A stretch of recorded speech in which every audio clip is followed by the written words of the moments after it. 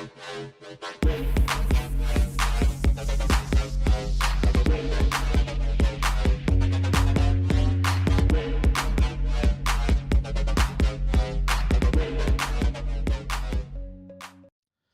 is up, everybody? This is Anime Squad Podcast, episode 94, and I am your Mughal, Omar. And I'm your Black Mage, Robbie. And this is your soldier, David. And like always, and never forget, I need you guys to cast that like button. Casting. I need you to summon that comment section. Summon. And then Omni/that subscribe button. Omni/. And most important, never forget to gigaflare that notification bell. Gigaflare. And like always, we have timestamps for your favorite shows. Timestamps. Of all the shows we're watching this week and all that good stuff. And always like social media, Twitter, Facebook, Instagram. I always say MySpace. I don't know why. It's with me. You're welcome. God. But yeah, and yeah, as you can see, it's just me on the camera today. Yeah, unfortunately, I got sick, so I don't want to spread my germs to anyone. So you could just hear my beautiful voice instead. And also, unfortunately, as well, Josh couldn't make it in today. Something came up for him, so He just couldn't make it to the office in general. No, not in general. So we will be missing him, but he will be here next week. Don't you worry. Mm-hmm. But with that being said, let's just jump into it. Let's just jump in with Just jump in. In the Land of Leadale, episode 3. And What y'all think? boring. Yeah, it was Very tedious. It was one of those shows. It was one of those shows where I just kind of like fell asleep. Well, in the middle of falling asleep, I had to like actually rewind a few seconds, and I'm like, wait, did I miss this one? Did I miss this one? Because literally nothing happened. No, nothing happened. Like, Yeah. if you read the title of the episode, it tells you what happens in the whole episode. It did.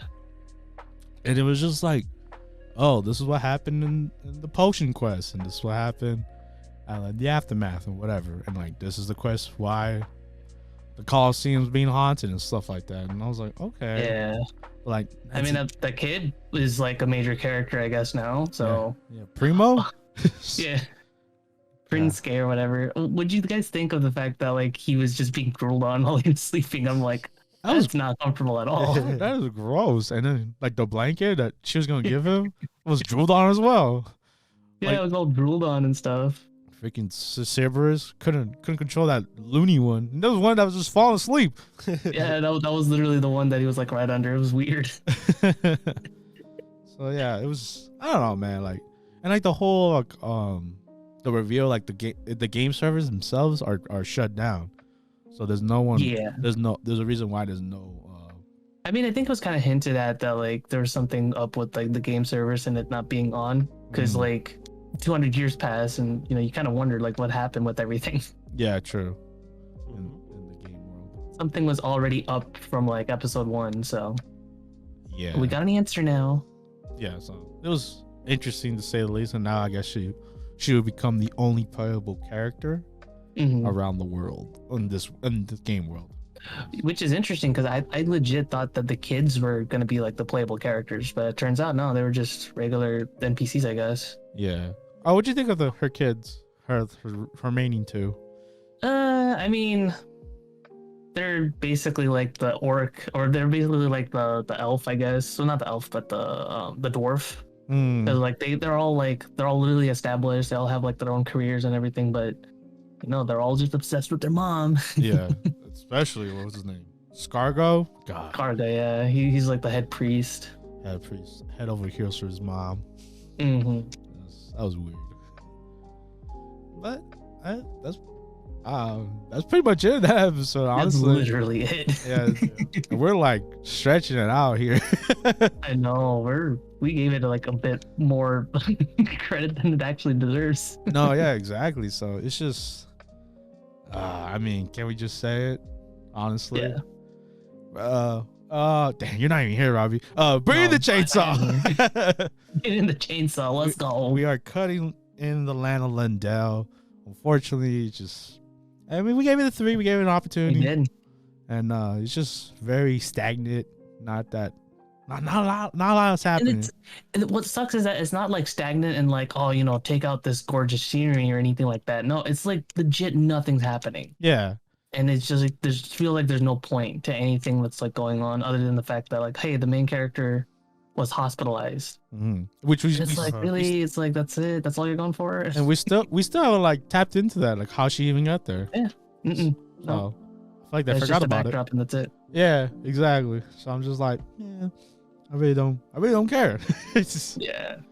So, you guys have any last words for this show? Like, rest in peace, Leadale. But if you guys, like I always say every season, if you guys want us to watch it, we'll watch it. Yeah. I mean, that's always been on the table, Yeah. like just because, like, unanimous here. But if you guys in popular demand really want to watch us continue, just because of our entertainment or whatever, give it a shout out. Yeah, we'll be here for it. Yeah. So, put that there. But knowing the popularity of the show, I don't think so. But hey, prove me wrong. Either way, in the never say land, never. exactly. So, with that being said, in the land of Lindell, it was nice knowing you, but I'm leaving Lindell. Yep. And with that, we move on to our next anime. We have Tokyo 24th War, episode 3. Okay, can I just like start off by saying that the stupid tornado, like that came out of nowhere? I was exactly. Like, what?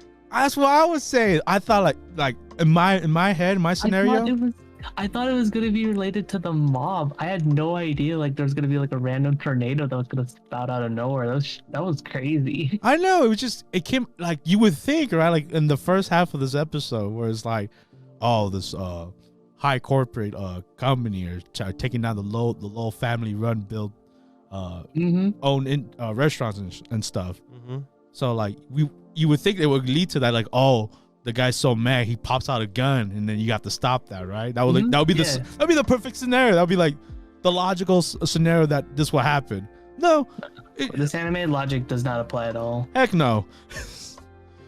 And then they're like, yeah, random tornado is gonna happen, and y'all RGB, figure it out. You're like, what? Take these two steps. Exactly. But regardless, you're gonna have casualties, and sure enough, that's what happened. Yeah, and I think all jokes aside, like the lesson learned is like, no matter what you do, you can't save everybody. No. And I was like, oh, okay, that's an interesting lesson, but we kind of got that already with the whole fire. We did. Like literally the first episode when our favorite girl, Asami died in the fire. So I don't know why we needed that lesson again. So, I'm not.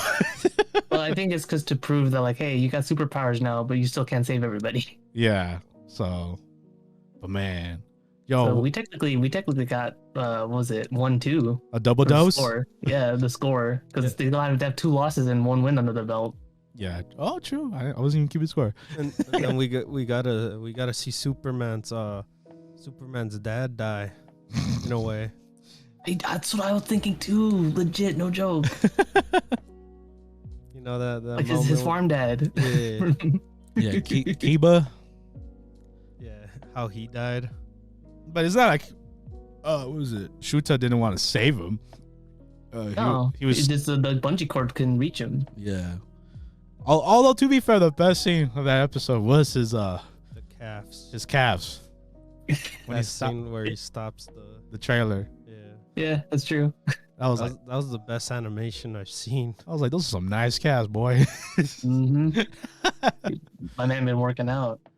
But I like the way it also like shows like the way they think is not like intertwined. Like they all they're not uniform. They all have a different ending to that plan. So like so when like the red hair guy, he was like, yo, I'm gonna bring in the containers because they say containers keeps them safe. And then like Shuta was like, let me block the freeway by throwing the cars out. I mean, what? It was creative. I mean, it got like the police's attention. Yeah, okay. But like, say you're a civilian, right? And like, you don't know if a tornado is gonna happen, and the guy comes in and is like, yo, let me throw your car because there's a tornado gonna happen. You gonna just let that happen? I don't know. I legit don't know. Only the writers of the show knows what they're doing. And then the whole the whole reason what's his name, Kiba freaking dies is because his star randomly decided to show up because of her friend, and I'm like, she wanted to be supportive. why did she just go in the beginning? I don't know. Because she was still debilitated, and she was like, "I'm gonna use right now to prove that I can do this. I can do it. I'm not just a shut-in. I'm totally a go." not. It paid the price. Yeah. By losing your dad. Literally, I thought they were dead when the car hit them. I was like, "Oh, they're dead. Damn." That's what I was thinking too. I mean, like, you guys saw like all the other people that got like swept away through the tornado, right? Yeah, that was crazy. It just happened like just casually. Hey man, I mean, we experienced like high winds and how like sometimes it just moves your car. That's true. It's insane. Like, But not your body. yeah, it's no joke. Tornadoes are no joke. Yeah, no. They are Natural no joke disasters. indeed. Yeah, natural disasters. How can you fix that? You can't. And then the villain. There's an actual villain. Oh, actually, We got an actual villain. yeah, his name Final is Destination, man. Carnades. No, Final Destination, man. Oh, that's what you think he is? Yeah. I don't think so. Basically, that's 'Cause he- basically what he 'Cause is. he predicts his fates.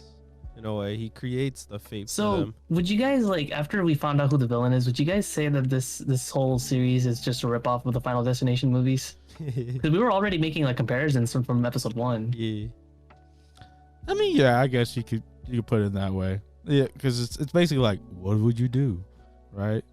What would you do if you were in their situation? Yeah, like you have these two options. Pick one. Yeah, because you pretty much heard when he said in the beginning, oh, like, did you like the natural disaster I did? When he did the little No, forecast. yeah. I know what you're talking about. Yeah. I mean, I don't know. I feel like there's more to that. Really? What do you think he's gonna do? Like, why would he do it in the first place? What if it's Asumi? Oh, damn! I like that one. Nah, she's in the computer. If anything, she's with the. What if she has a mortal body? She never And it's all died. complete? That was a twin. Oh God! You never know. Yeah, what's you guys happening. are crazy. Theories, man. Theories, bro. Game Aliens. But so yeah, that was third episode. What you guys think? You guys want to keep it, or what's the decision? I'm having fun. How bad it is. I'm kind of cautiously optimistic too. I don't exactly know if it's going to be like turning out better, but I don't know. I guess I'm in it for the ride too, just to kind of see where the show leads off to. We might regret our decision, but we'll see. Yeah, That or we could give it the extension. the twos. Yeah, 2 more. 2 more? Yeah, I think 2 more. 2 more because we don't know where this is gonna lead. Yeah, because last episode was pretty boring. boring. Was This one, Asumi, man. Asumi, yeah, Asumi. she was the best. yeah, you know what? Yeah, the 5. The extension. Yeah, The extension. we You are- got an extension from us, Tokyo 24. Lucky, first time. So with 2 more episodes, we'll see what happens with Tokyo 24 War. Because this episode, honestly, how dumb it was. I was entertained. It was entertaining. So but with that Hopefully they being, keep it up. yeah, exactly. Hopefully that dumbness is still entertaining.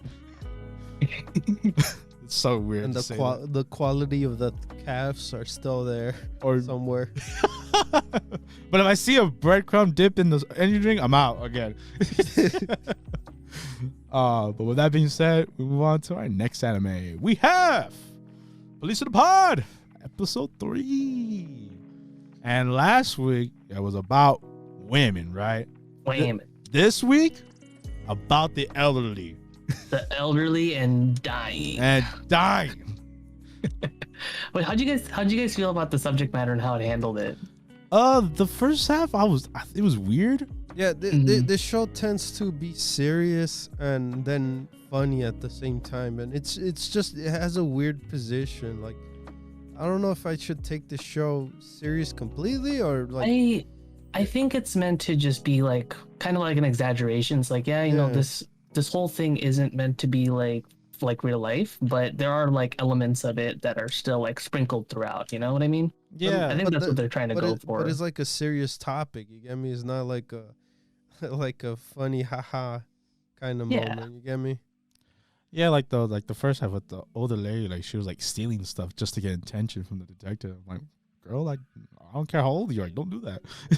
Why don't you send me a hot guy, you ugly ladies? Y'all think you're better than me because y'all young?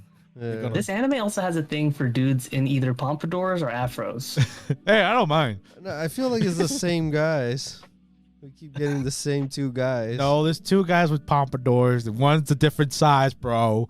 Yeah, it's a different size. But hey, I think this one kind of confirms that this guy is Kawaii's like ship, I think. Oh, the Afro guy?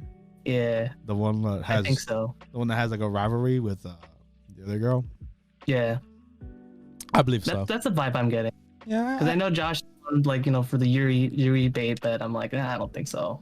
Like, if anything, this episode confirmed to me, I was like, this show's episodic. Like, it's just the crime of the week. I mean, not even just like episodic. They're just literally split into like parts. Yeah. So, but would that be... My guess is probably just how the manga goes. Maybe. Because like you know, from the first half with the old lady, the second half, I was like, whoa, this is that one got real. that one did get real, so real. Like, you know, we went from talking about delinquent to like, yo, the delinquent had a grandpa though. No, grandpa, right? Yeah, grandpa. It was grandpa. Yeah.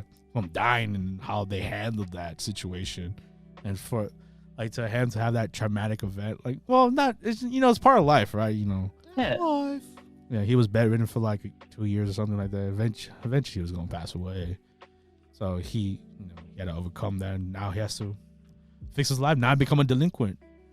Mm-hmm. And then by the end, he's a changed boy. Yeah, changed boy. He's finally going to school. Even the girls were like, "What is that, a school bag?" The police still suck. They take our tax money. I hate you. Police suck. And I think that's what David's trying to say. Like it has a serious tone throughout that whole part. Like the respect with the elderly, like how you take care of them, or how like you enter their house, and if they have an altar, you also respect it. Which is it's very like Japanese culture, right? Like that. Very, very much so. Uh-huh. If this is improved, like if this is like for Japanese people, this is definitely for like Japanese people. This episode. So, but hey, it's cool to like see how other cultures handle that situation. So I mean, if anything, this is very educational. Yeah, to say the least. So it was very serious, and I was like, oh man, this is actually pretty good. And then I had that whole big tone like, you police suck, and you're like, oh, come on, man, we were doing so good. Right. So I don't know, but I like all the episodes. This one I did enjoy more. Yeah, same here. The serious tone of it, I was like, oh, okay, so we are kind of like a real life scenario we are being seen in a police box experience. Mm-hmm. So, but hey, this is the third episode of this show, and what do you guys think?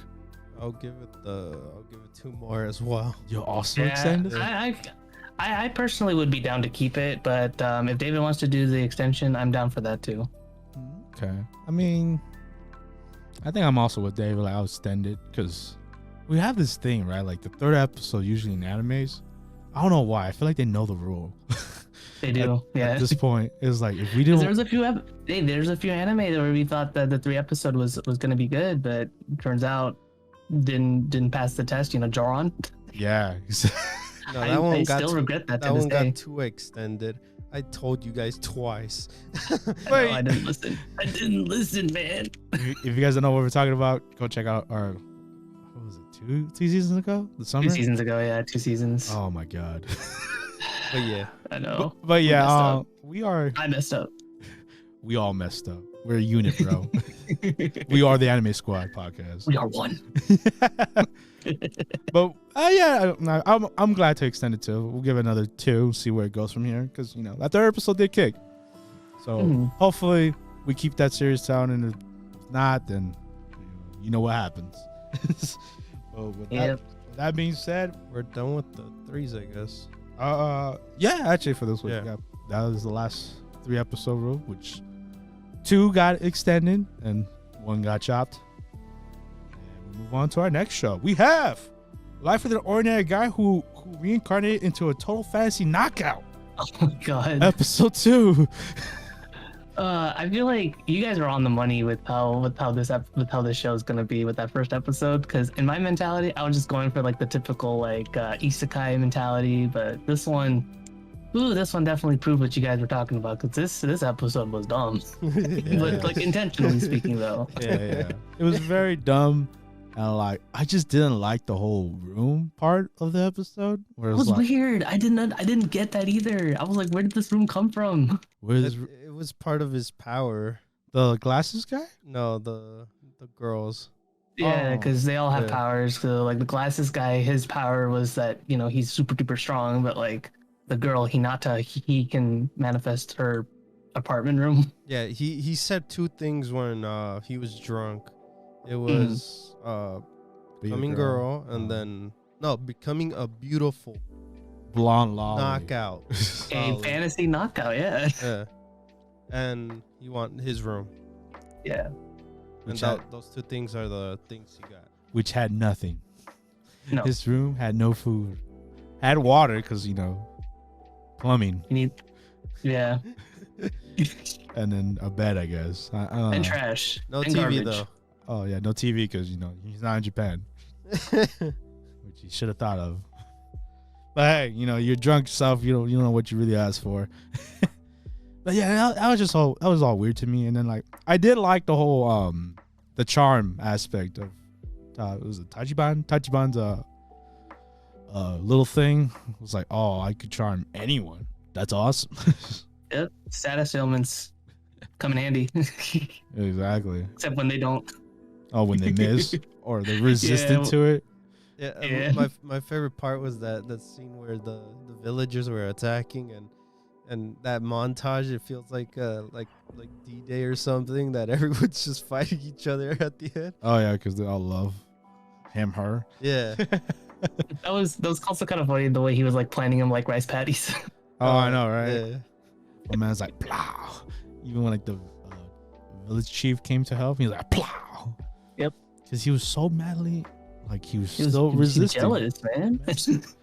Jealous, resistant, not to say it. Oh, they did say it though, right? This yeah. Yeah, and later on, yeah. So that was funny. But yeah, this like Robbie said earlier, this kind of proved my point of like, oh, where the jokes will go, and this is it. These are the jokes. If you like it, awesome. If you don't, I don't know what to tell you. So yeah. You got one more episode though, so we'll see. Yeah, it has one more episode. I'm curious what Josh thought of it, but hey, beggars can be choosers. So with that being said, we move on to our next anime. We have The Genius Prince Guide to Raising a Nation Out of Debt. Episode 2. Man, these long titles are killing me. Oh, hey, that's light novel titles for you. Yep. But this episode I actually liked. It was fun. Yeah. It was really fun. Like there was a lot of thought put into like how elaborate these battles were gonna be. Like more so than the first episode was. Yeah, and almost definitely like I know, compared to another show. Man, this one's really entertaining wise how tactical our MC was. Yeah, and then that reveal like at the end of the episode, like the fact that he actually went to military school. Yeah. Our MC actually being OP. Yeah, like for a reason too, not because like he's just the main character. Yeah, he had a reason. Yeah, that was cool. I like that. Cause like, okay, he is the MC, but we're not gonna show that he's OP until next episode. I'm like, oh, okay, that makes sense. Like he was trying to hide it the whole time, because you never think a genius prince would have amazing combat skills. That or you picture a prince being, I'm gonna just stay, in the kingdom. And that was the persona he was pulling off in the first episode. Like, yeah, I'm just a prince or whatever. But hey, don't talk crap about his girl, nymph. Oh, you don't get your head chopped off. Man, when he said that, it was like, oh, he's going there. He's going beast mode. But yeah, man. Hey, man, I like when an MC actually proves his words, right? Mm-hmm. I think that's what I don't know. The internet, everybody loves that scene with Tsukimichi Moonlight Fantasy. You know, the one when he goes crazy and kills that blonde girl. Yeah, that's what it reminds me of. Everybody loves the hero being bad, or just bad to the bone, or just proving like they could kick ass too. Yeah. Which man, you roll in with that severed head. Damn, bro. Oh, the general guy. Yeah. Damn, that was crazy. I thought he was gonna spare the other like commander, but nope. No prisoners, comrades. And like I'm kind of worried that these enemies are dumb because it was his name, Darkwood. I think if anything, they're underestimating him. Yeah, it's they think that he's from like a backwater like country, so there's like, there's no way he knows how to actually handle battles or anything. And plus the military was really low for our MC. Remember, it was just how much? It was like 5,000. 5,000 versus 30,000. Yeah, some. Hey, kind of like another anime that we saw recently, Heike Story. Ah, yeah. But not them being overconfident that they try to charge up a hill, up a mountain. Yep. Yeah. It's like walking into D-Day. It's a very pretty much not good strategy ever. Nope. Yeah, and then the general tried to oh look, why don't we just go through the mines? He was already prepared to use those mines. I like that. I like that scene. It's like, because why don't we go in the bag? And then since they went in the bag and then they got screwed because they fell for a trap, thinking we can't use that place anymore, which our genius prince uses to his advantage. Yeah. Hey, and making that parallel mine shaft too, that was really clever because they legit didn't think that they could be able to use that to their advantage. Exactly. So. That was really smart too. Yeah. Oh shoot. As dumb as the enemy was, it's like you guys said. You guys changed my mind. Yeah, you guys got a point. They overestimated their enemy. Yeah. The guy was overconfident. You could even tell from how he was talking to his other general. Yeah. Yeah, I mean, when he straight up, when the blonde guy just came into the battlefield, he was like, "Oh, this is just like an ordinary Tuesday to him." It's like, "Oh, business as usual, whatever." I'm just gonna stomp on these low lives. Was he M. Bison over here? Nah, he's more like Vega. Ah, okay. But yeah, this episode I actually enjoyed. I enjoyed this episode too. It's funny. This was entertaining. It's funny at the end where they actually started finding gold. I think gold. But the mine, because at first they were like, "Man, this mine has nothing," but we can't let the enemy know it has nothing. Otherwise, they're not gonna fight for it. But at the end, there was that silver lightning. Silver lining. But at the end, that was just meant for the kingdom because they needed to pay a lot of stuff. Still, hey, gotta burn out through that debt somehow, right? Yeah. So, my man's still not out of the hole, and he still needs to find a way to sell this kingdom. But hey, alliances are made because Martin is taken over by their other nation, not by our MC's country. Oh yeah, I forgot. Yeah, I wonder how that's gonna play. What's gonna happen with that? So, yeah, good episode. Shocked to say the least of how good it was. But with that being said, we move on to our next anime. We have Sabikui Bisco episode 2. This was cool. I know Josh was kind of harping on the non-linear nature of how the episode stories were working, but I think this one made sense. Well, this one was basically our introduction to Bisco. Yeah. Him and how he got to the checkpoint, and his tutor, Jabi. Jabi? Jabi, yeah. Yeah. And so I liked it too. I actually liked this episode. Man, there was a lot of episodes I liked this week. It was a solid week for anime. This one was really solid. Yeah, and just and the crab, bro. What's his name? I got it. Akagawa. Yeah. Great name. They were the animation in general was so cool with the hippos and everything. The opening was amazing. Oh yeah, opening was cool. Hella cool. Especially with the song, it fit really well. Mm-hmm. You always need a kick-ass I mean, song. I think the theme in general is like, you know how like there's a lot of people say like style over substance. I feel like this is one of those, but it's like they do that on purpose because they're meant to like show you how cool like our main characters are and how cool like the world is and the fights and everything.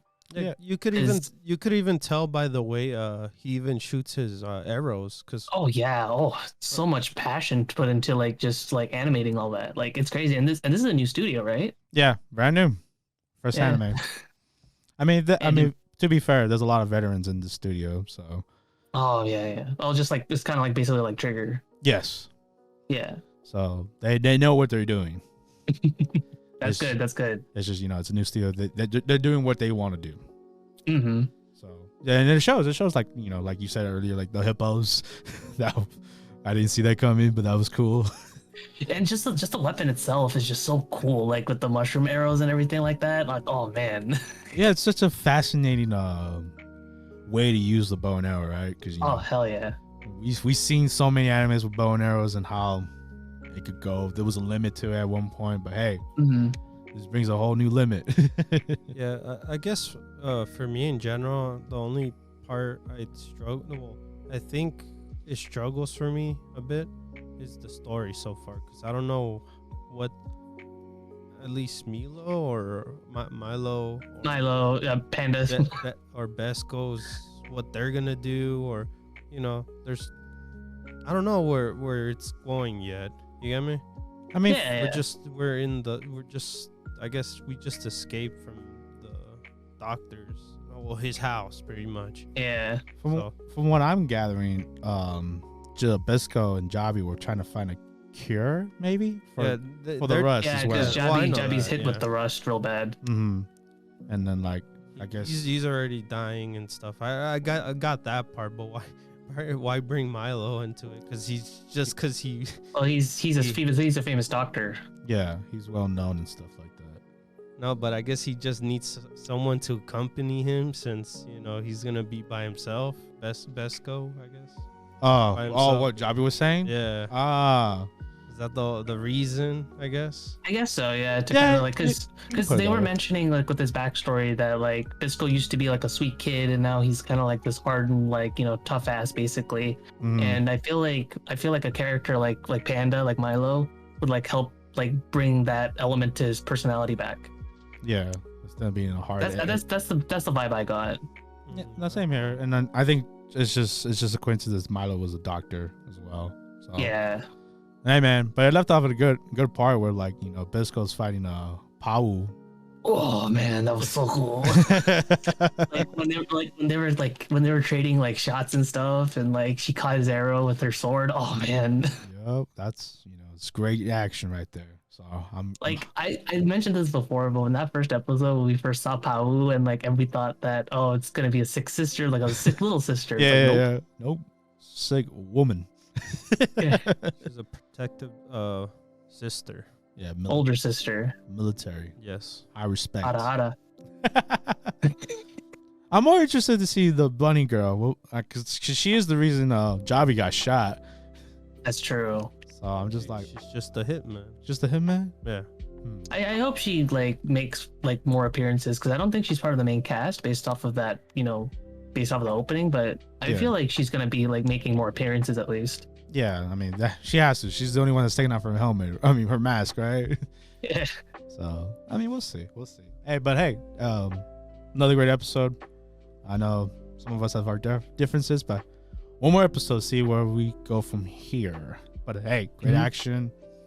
Can't wait. I'm gonna say this right now. I mean, I know we haven't seen all the 3 episodes yet, but so far this one's probably of the ones that we gave it a 3. This one's probably the one I'm looking forward to the most personally. I think I'm on the same boat too. I think just how it looks and how different it is from everything else. Oh yeah. Mine is a little bit. Is it this one or the next one? Oh. Well, I know. Well, it's everyone's favorite. That's mine. No, it's everybody's, because the next anime we have is My Dress Up Darling, episode 3. Oh, well, yeah, this one we're keeping, of course. Oh, yeah, I'm no. talking about all the ones that we gave a 3. Well, this is the still of the new ones. This is the last of the new ones. Yes, that is not a sequel. Yeah. And that we're actually legit keeping. No, I think we even said in the first episode we were keeping. I have no idea. Oh, yeah, of course. Yeah. No, we're keeping this one. Keeping it. But yeah, after the explosion of episode 2, the aftermath of that, my man Gojo had a wonderful dream. Oh jeez. I need to say this. I love the fact that they made this so realistic as it is, because like they could have easily just made like, Brush it off. girls. But no, Yeah. he legit is like actually feeling those feelings that like any normal like teenage boy would feel. Heck And yeah. it's like, yeah. Especially what happened in episode 2. Man, I would have fantasies about that too. I feel like the whole internet is. Oh yeah, most definitely. If you've been around the internet, the internet loves this show. Loves our That main blew girl. that blew up. It really blew up. But hey, it's cool though, because this is we all said it here. Cloverworks main anime of the season. Oh yeah. Like this is where the money's going. So for all good reasons. For all the reasons. But other than that whole morning fiasco for Gojo, I love how I love this episode. yeah, Maureen I is know, just this feels so good. can I just say it? Best Go girl ahead. best girl of the season? Oh no, absolutely. Yeah, Like, there's most no contest definitely. there. There's Yeah, no contest. there's no way, bro, that you could prove to me that anyone else is best. This is best girl. Like she's legit. Like, hey, that's my friend Gojo. I ain't ashamed of it. Like, y'all, these are my friends and stuff. Like, and then she's even like searching them down and stuff. And You like even a sugar mama too. Mama's for mama's that at the day, bank. for that day, she was that prepared. She was prepared. She has a job, And it just goes to show, like, Then I love the fact too is like, people talk about today they were talking about me and you, that's why we shouldn't see each other, and she's like, we're dating, I guess. yeah, and just, It's so playful. I love it. yeah, man. She's just like, who cares, Like you and me, if anything. Like it's just the power of how she wants this relationship to happen. No matter if they get together or not. It's just it doesn't even have to be a couple. Like it's just the power of like how she treats whoever. Yeah, she People. treats everybody like as if they're like a person, how they're Mhm. supposed to be treated. Yeah. And that's amazing, beautiful. man. That's like it's I know I say this all the time, but it's hard to see that in anime. No, So they're so far and few in between. yeah, man, it's just man, I couldn't stop smiling throughout this whole episode. Same. even when even when she teases too, it's not like an actual like. I think she's sort of airhead in a way. You think so? Yeah. Oh, 'cause yeah. sometimes Well, she doesn't. No, she doesn't. She's more really- aloof. She's more aloof, if Yeah, anything. Like aloof. she doesn't. She usually has her guard down for a reason, because she basically treats everybody like equals, basically. Yeah. So whenever it comes to our MC struggling on, to say something, it's because she does something lewd to a point where she doesn't realize she's doing something lewd. You get me? Oh, you're talking about like the stockings? Yeah. Oh, okay. Yeah. Hey, man, if anything, this episode made the impossible happen and make shopping exciting. True. For a Very true. guy's perspective, from a guy's point of view, basically. Mm-hmm. So it was really like interesting, like to see what kind of cloths they are, what the size of a wig hair, like what to get, the colors and stuff. Like I've seen cosplays rooms and when we went to Japan. So that all that is very real. And like I've seen that, but like I'm going in there blind. I'm like, I don't know what any of this is. So like to firsthand see that, like, explain to see what's the difference between this material and that material. I'm like, oh, that's interesting. I never knew that. It was funny because I actually did. I think I was on my own on this one where I actually went into a 3-story cosplay room. No, cosplay store. Mhm. And like I went into the thing. I was so lost, and I Right? was like, I walked out right away. Yeah, it's like if you don't know, if you never make anything, like you're lost. You don't know what to do. So I'm glad. True. I'm glad- Art. It's an art form. Yeah, I'm glad that our girl Maureen, she brings him in because she was gonna be completely lost. Mhm. She straight out says it too. Like, without you, I would have picked the wrong stuff. Like the whole black wig incident was like, oh no, her hair is more purple. That was so cool. Like, 'cause she was just straight up like, yeah, I'm just gonna get a black wig, and the Gojo was like, no, get something that's like more accented with like purple and stuff, because she has like a purple accent thing, and it was all thanks to his research. Yeah, Yes, no, yeah. It's legit research. No joke there. Oh man, but the funniest scene was like when the older lady in the ramen shop was like, oh look at them having a cute high school relationship. I rewinded that so many times. It's so funny. Because right after they leave, they're talking about their eroge, and they're like, like what the hell? Yeah, he was shooting milk nonstop in front of the school. Oh my god, that was so hilarious. And it's just like, damn, these kids are wild these days. Kids these days, they're wild.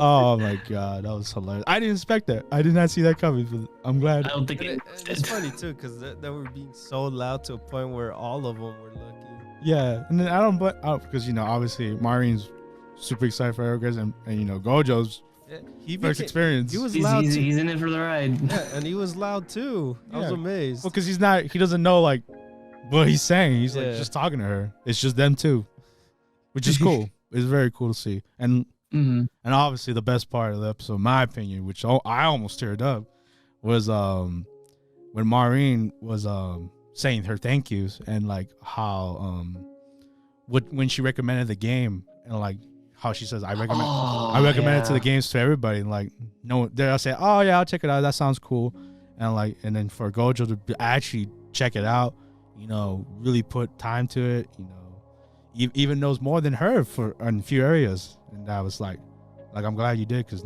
I'm not just like somebody that some random person on the internet recommending animes and stuff. No, but it's really it did hit close to home though. You're right though. It did hit close to home. Yeah, like it really hit with me, especially like because I've had those instances where like I have a cousin who I recommended Demon Slayer, and now he's just like the hugest Demon Slayer fan, loves anime now. But before it was just DBC or get the hell out of my face, and now I've opened to him to many animes, and he's like, oh man, a whole new world. Yeah, and it does bring like awareness to your heart, because I introduced it. I'm glad someone actually listened to me to see what I was interested in. Right. And like I really related to it to a point like I'm like tearing up on the screen, bro. I'm like, oh Lord. And then another one that it was pretty sad. It was going a little bit back again, where the thing where he was ignoring her. Oh yeah, because it was so sad. Yeah. It hurt my heart. I was like, she's trying to talk to you, man. Look, I get what he was going, but still though. Look, it's tough to come out of that situation where Gojo's at, because like when he was a child, when he tried to open up to his infatuations with Hina dolls, he got straight out make fun of, and he's like, I don't want that to ever happen again. So like, but it's not her fault, man. It's not her fault, and I think that's what Gojo's opening his eyes to, because there are those moments where like he's like blushing and stuff, like really thinking about like, damn, Martin really gives a damn about what I say, and he cares, man. And this show's powerful for doing that. And I'm just like, it didn't have to, but man, yeah, man, really great episode.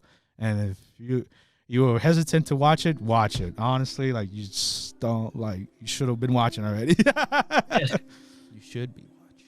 This is probably like one of the best shows that this season has to offer. Oh yeah, hands down. Even if you don't like rom-coms, this is a whole new level. Slice of life. It is, honestly. So if you were wondering if we were keeping it or not, this is a definite keep. Yep. I know Josh will approve.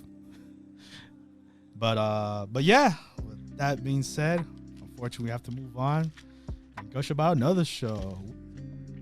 Oh, Princess Connect Season 2, Episode 2. Sorry about that. No worries. Oh man, respect. Carol. Oh man, the Carol episode. Basically, the Carol episode. Damn, this show knows how to give you feels, man. No, the feels are hard in this show. Hey man, it really does put into perspective just how much, like, it's not just like a blind, like, oh, I'm the bad guy kind of scenario. Like, it's straight up just like a sense of belonging. That was like the main central theme of this episode. Like you and I are the only ones of our kind. Yeah, the beast. Yeah. So like we have to stick to each other, even though you betrayed me. And that's what's cool about this show in general too, is the fact that it is an episodic kind of thing, but at the same time there's story with it. There's a central plot. Yeah. Yeah, like especially if you've seen the first season where Yuki has to like overcome like the darkness, something like that. Like when they fight the shadows together, like that was all built up to that point. So I'm glad that the shadows are back and like they were not forgotten. And, but yeah, I never imagined Carol and Christina tag teaming. That was pretty cool. It was great seeing Christina too, because again, this is like her first appearance in the season. Yeah, because we only saw her one time when she was being the baddie. I mean, she's still a baddie, but you know, just following orders baddie. Yeah. It was cool too, because I don't know if you guys noticed, she was phasing through the trees. She was, yeah. There's a lot of cool animation happening in this episode. That's her one of her abilities. Hey, but the overall central plot of the episode for everyone else was idols. Yes, Charmina Guild, and those 3 idols. And I know I have my gripes with idols, but that's what I was gonna say. I'm like, wait a minute, this is the anti-Omar episode. Yes, but I have a soft spot because there's one I played the app game, and what's her name? Nozomi was my first 5-star unit, and so I have a special place for her in my heart. So I'm just like, oh, I'm glad to see it. It was legit my fan service moment. I was like, oh, sick. I finally get to see you because, you know, first season she wasn't introduced or anything. So I was like, oh, I finally introduced her. So there was a soft spot for her. But yeah, I don't think. I like that they brought back the 2 thugs and the fact that our the bald one now has like a new hairstyle. Oh, yeah, his hair's weird. It's afro hair. It's like a ball. Yeah, afro ball. But hey, the fans though, the mega fans. Those guys. That was funny. Cool. That was hilarious. And it was like, you were one of us. Respect. No. He's washing his hands. He's still going. Why won't you stop? Oh, You're getting all wet. It was like soaked, man. Yeah, you're getting soaked. Like when they were trying to be intimidating, they're like, "Yo, bro, stop washing your hands." It's like, my bad, bro. Sorry. And that's how they became best bros as well. Cleanliness, right? Yeah, he's funny, man. Yeah, Yuki's hilarious. And he pulled off that dress real well too, right? Oh God, what is this? Comey over here again? God. Oh, that was funny. Yeah, but I like the little lesson with the idols too. It was like, yo, the other 2, like what was her name? I think it was Sugumi, the one that was obsessed dressing up everybody. Like right. The way she was like practicing like the day before, and like she was like, trying to prove herself. Like, I don't want to bring the other 2s down. Like I gotta work no matter what. That's what inspired Carol as well. It's true. And yeah, man. Like you guys said, this was the Carol episode, and I loved it. So it was a lot of fun. And then of course, Pecorine found out that Kokoro knows that she's the princess. Yeah, because I think the first season, Kokoro found the painting of Pecorine. Yeah, yeah, but it was never revealed. Like then, like her confronting Pecorine about it. Yeah, so until this episode. So I'm wondering when that's gonna play in. Hey man, you'll see. Probably in the season. Hopefully in the season, Pecorine gets to tell them. Because then that'll leave Carol be like, oh, now I gotta protect Pecorine, you know. Because she is the princess's knight, after all. Yes. So, but yeah, good episode, solid episode. You know, what we love to see about Princess Connect, warm our hearts and amaze us with laughter. Of course, the opening was the same, but damn, the animation on that opening was amazing. Oh yeah, it was fantastic. It honestly felt like we never left home after seeing that. Seeing that opening. It was like welcome home, warming. Return, and I was like, yes, I'm back. Oh yeah, most definitely. And it almost makes me want to play the app game again, but I'm not doing that. But hey, if you are playing it or watching this anime, let us know. I would love to know what you guys also think about this episode. But with that being said, we move on to our leftovers of the season, which is Ranking of Kings, aka Ousama Ranking, episode 14. Oh man, this episode was so good. Man, Ouji coming in clutch. This show amazes me to always one up itself, no matter what. It's like, last episode was like, man, how are you gonna top that? And they top it again with like emotion. Queen Helen, man. Queen Helen is. Oh, she was amazing. She the goat, if anything. Yeah, she saved everyone. It was like, I was worried about Dorsch because you know how like his leg came off and like those beasts were not being friendly. He's like, how much bodily damage is he taking from these lions? A lot. So much. So many. He lost a leg, a leg and an eye. Yeah, man. Yeah, and on top of how many scars he's been getting too. Well, she's looking more badass than anything. It's true. It's battle scars, man. He'd be looking like the guy from what do you call it? From what was it? The dragon animated movie. The dragon. Oh, How to Train Your Dragon. Yeah. Oh, Hiccup? Yeah, he has a foot peg now. That's funny. Hey, remember like he was trying to go save Queen Helen, but he forgot he didn't have the foot. Yeah. Hey, man, but it's crazy too because when they showed the flashback too, I'm like, oh, how did he get his foot back? Oh. And then you saw and that's not Daida too, and I'm like, oh wait, no, that's Boss. Oh wait, no, that's actually Daida. Oh, but speaking of Boss though, when he was like actually like considering going out to like save healing, but then he was like, oh wait, no, Miranjo's there. Yeah, that was it's such a subtle scene, but like it's so impactful, right? Because you wonder what King Boss is doing, like right, like why is he letting this happen? But like there's that promise that he has with Miranjo, and he's like, no, I can't go. Like I wish I can. Like it's hurting him emotionally. He's like, damn, that's Queen Healing. Like she's probably dead by now. So I like that. I like that scene a lot. Even though like it was quick, it was impactful. It did what it needed to do. Literally destroyed the door and then just walked back. Yeah, he was like, damn, can't do anything. Hey, but Boji though, this was also Boji's episode too. Oh, most definitely. He proved himself. Oh man. And then we Despa. We gotta see the whole like how the reason how Boji was able to use his ability. Yeah, the whole splitting the atom, like insane detail of like how he's able to pressure point like anything. Like like the whole diamond example was amazing. It was like, yeah, this diamond's hard. Like you can't break it, right? But everything has a weak point.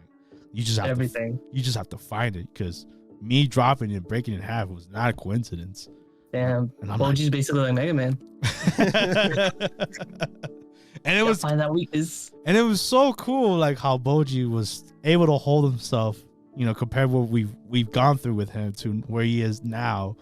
And I'm just like, damn, it's beautiful. Especially how we were there for that journey. Yeah, man, we were like Kage. And how Kage, it's like, yo. Oh, what'd you guys Kage and Healing though? Oh, that Squanter. Like you're a dumbass. You're a dumbass. It was like, did you just call me a dumbass? Like, Dorsch, get him out of here. Off with his head. Man, but we finally get the confirmation between those two and our because even though we know Kage being the good guy, he has that evil aura of his clan, which is still it's still illuminating around him. That's why Quick Healing had to hesitate like that. So I don't blame any of them, honestly, how they reacted. It's just how do you react to a shadow that has known for a past, and that's Kage's struggle since forever. Yeah. So, and then she also even said like, oh, you could even read, you could even know what he's saying. Yeah. Without even. Oh, because they didn't know that he was able to read. He was able to read lips. Yeah. Because I was even thinking that too. But I'm like, I don't think he's actually like. I don't think he's actually deaf language. Because he's actually able to understand what they're saying. Yeah. So that was really cool. That was cool. And yeah, man, Queen Healing being the goat, just healing everything, including the lines that almost killed Dorche. I don't know. Damn. then Despa lightning strike the guy. Oh yeah, Oken. Yeah. I was like, dude, everyone was dead besides the captain. I was like, whoa. Despa came for the rescue, man. What do you guys think of what Oken used to look like, though? Yo, I didn't know that was him in the opening, like with like the little mustache. Yeah. Looks like Despa. Yeah, low key. It's just like, black. And I was just like, whoa, that's a big big reveal. And I like, okay, there was a shot I liked. It was when Oken had his head down, and then you see Despa and the captain like talking, and like just like how Despa's just talking about like his history, like he went to the darkness, but you just see his head like slowly going like up, and, like it disappearing. I'm like, that's a cool shot. I like that. Yeah. So we're getting more story with the brother or the king. Yeah, the king in the underworld. Yeah, and Despa. I feel like that's gonna be brings more in play. Like even like with the whole like Oken having a weakness, I still am afraid of him. Oh yeah, no, absolutely. Like he's a wild card and like insane, and even him being immortal is like topping all that in. But Despa lightning strike them, man. But hey, but at least among the bad guys, Boji made a new friend. Yes, named Giga. Yeah, the green giant. They're gonna be the jolly green giant. They're gonna be best friends. Yeah, man, it was cool. He respected him at the end. Well, yeah, he freaking mollywopped him. Yeah, he defeated him like twice. 2 hits. Yeah. But it was cool. And then like I like Queen Helen's like little lessons she gave there. It was like, hey, just because you're a nice guy and anything, Boji, but you gotta remember your place. How people gonna treat you like a king if you don't act like a king. And I was like, oh shit. And I'm like, damn, that's freaking true. Became real. Believes in you as a king now. Yeah, man, that was awesome. But hey, like you guys said, Boji got a new ally, and we'll see what happens because obviously we didn't get anything about where Maranja and the other bad guys went. So we still don't know with Doma and Hakoru. Yeah. Yeah, Hakoru, we don't know anything about him yet. If they destroy the gate or not, because that's where the underworld army's at this point. So. But at least the snake's alive. Oh, I know the snake was goat as well. I was so worried. I know. I thought he was gonna die, bro. The way Gigan was swinging him around. Jesus. Oh, just like, hey.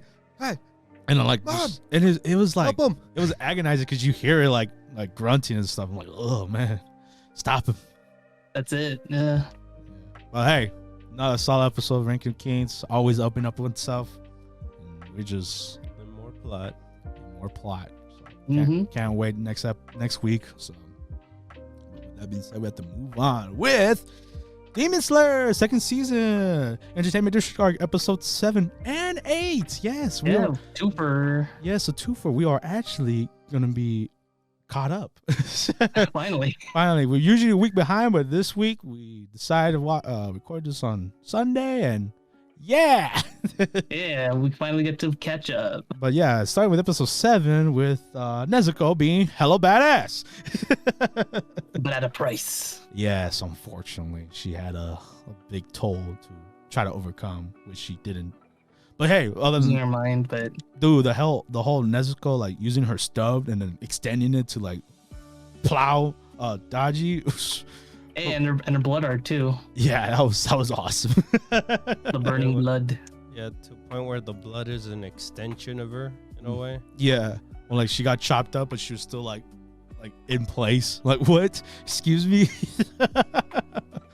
Dude, that's goes. Hey, if anything, she gave Daki a run for her money. Oh heck, dude! After even the beginning of this episode, like Daki's just like she's just there at this point. She's not. She doesn't seem as powerful as before, Nope.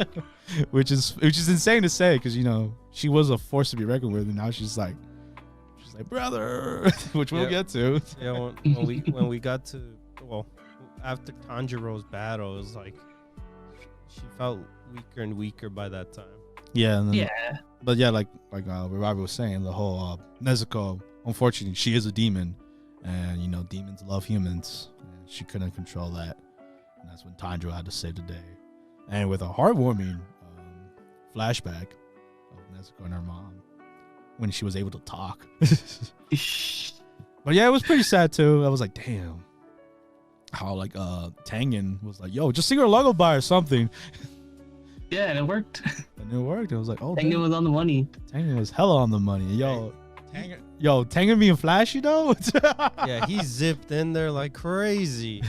Came out of I mean, nowhere. if anything, this episode, or just a series in general, like and this arc in general proves like how different. Like, I mean, I've said this before, but like how different Rengoku is to Tengen, and like even Tengen realized that one too.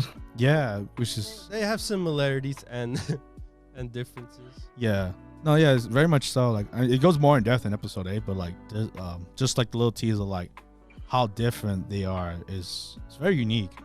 Very unique to say the least. And I'm if anything, with like these episodes with Tengen, I'm more excited to see what the other Hashira have to present themselves. Oh And yeah. especially like, you know, the ones he gave examples, like, you know, the stone guy and then the one that's just gifted. But yeah, that's more me going further. But yeah, you know, after Nezuko turned back into a child, you know, Go to sleep, Nezuko. You've done enough.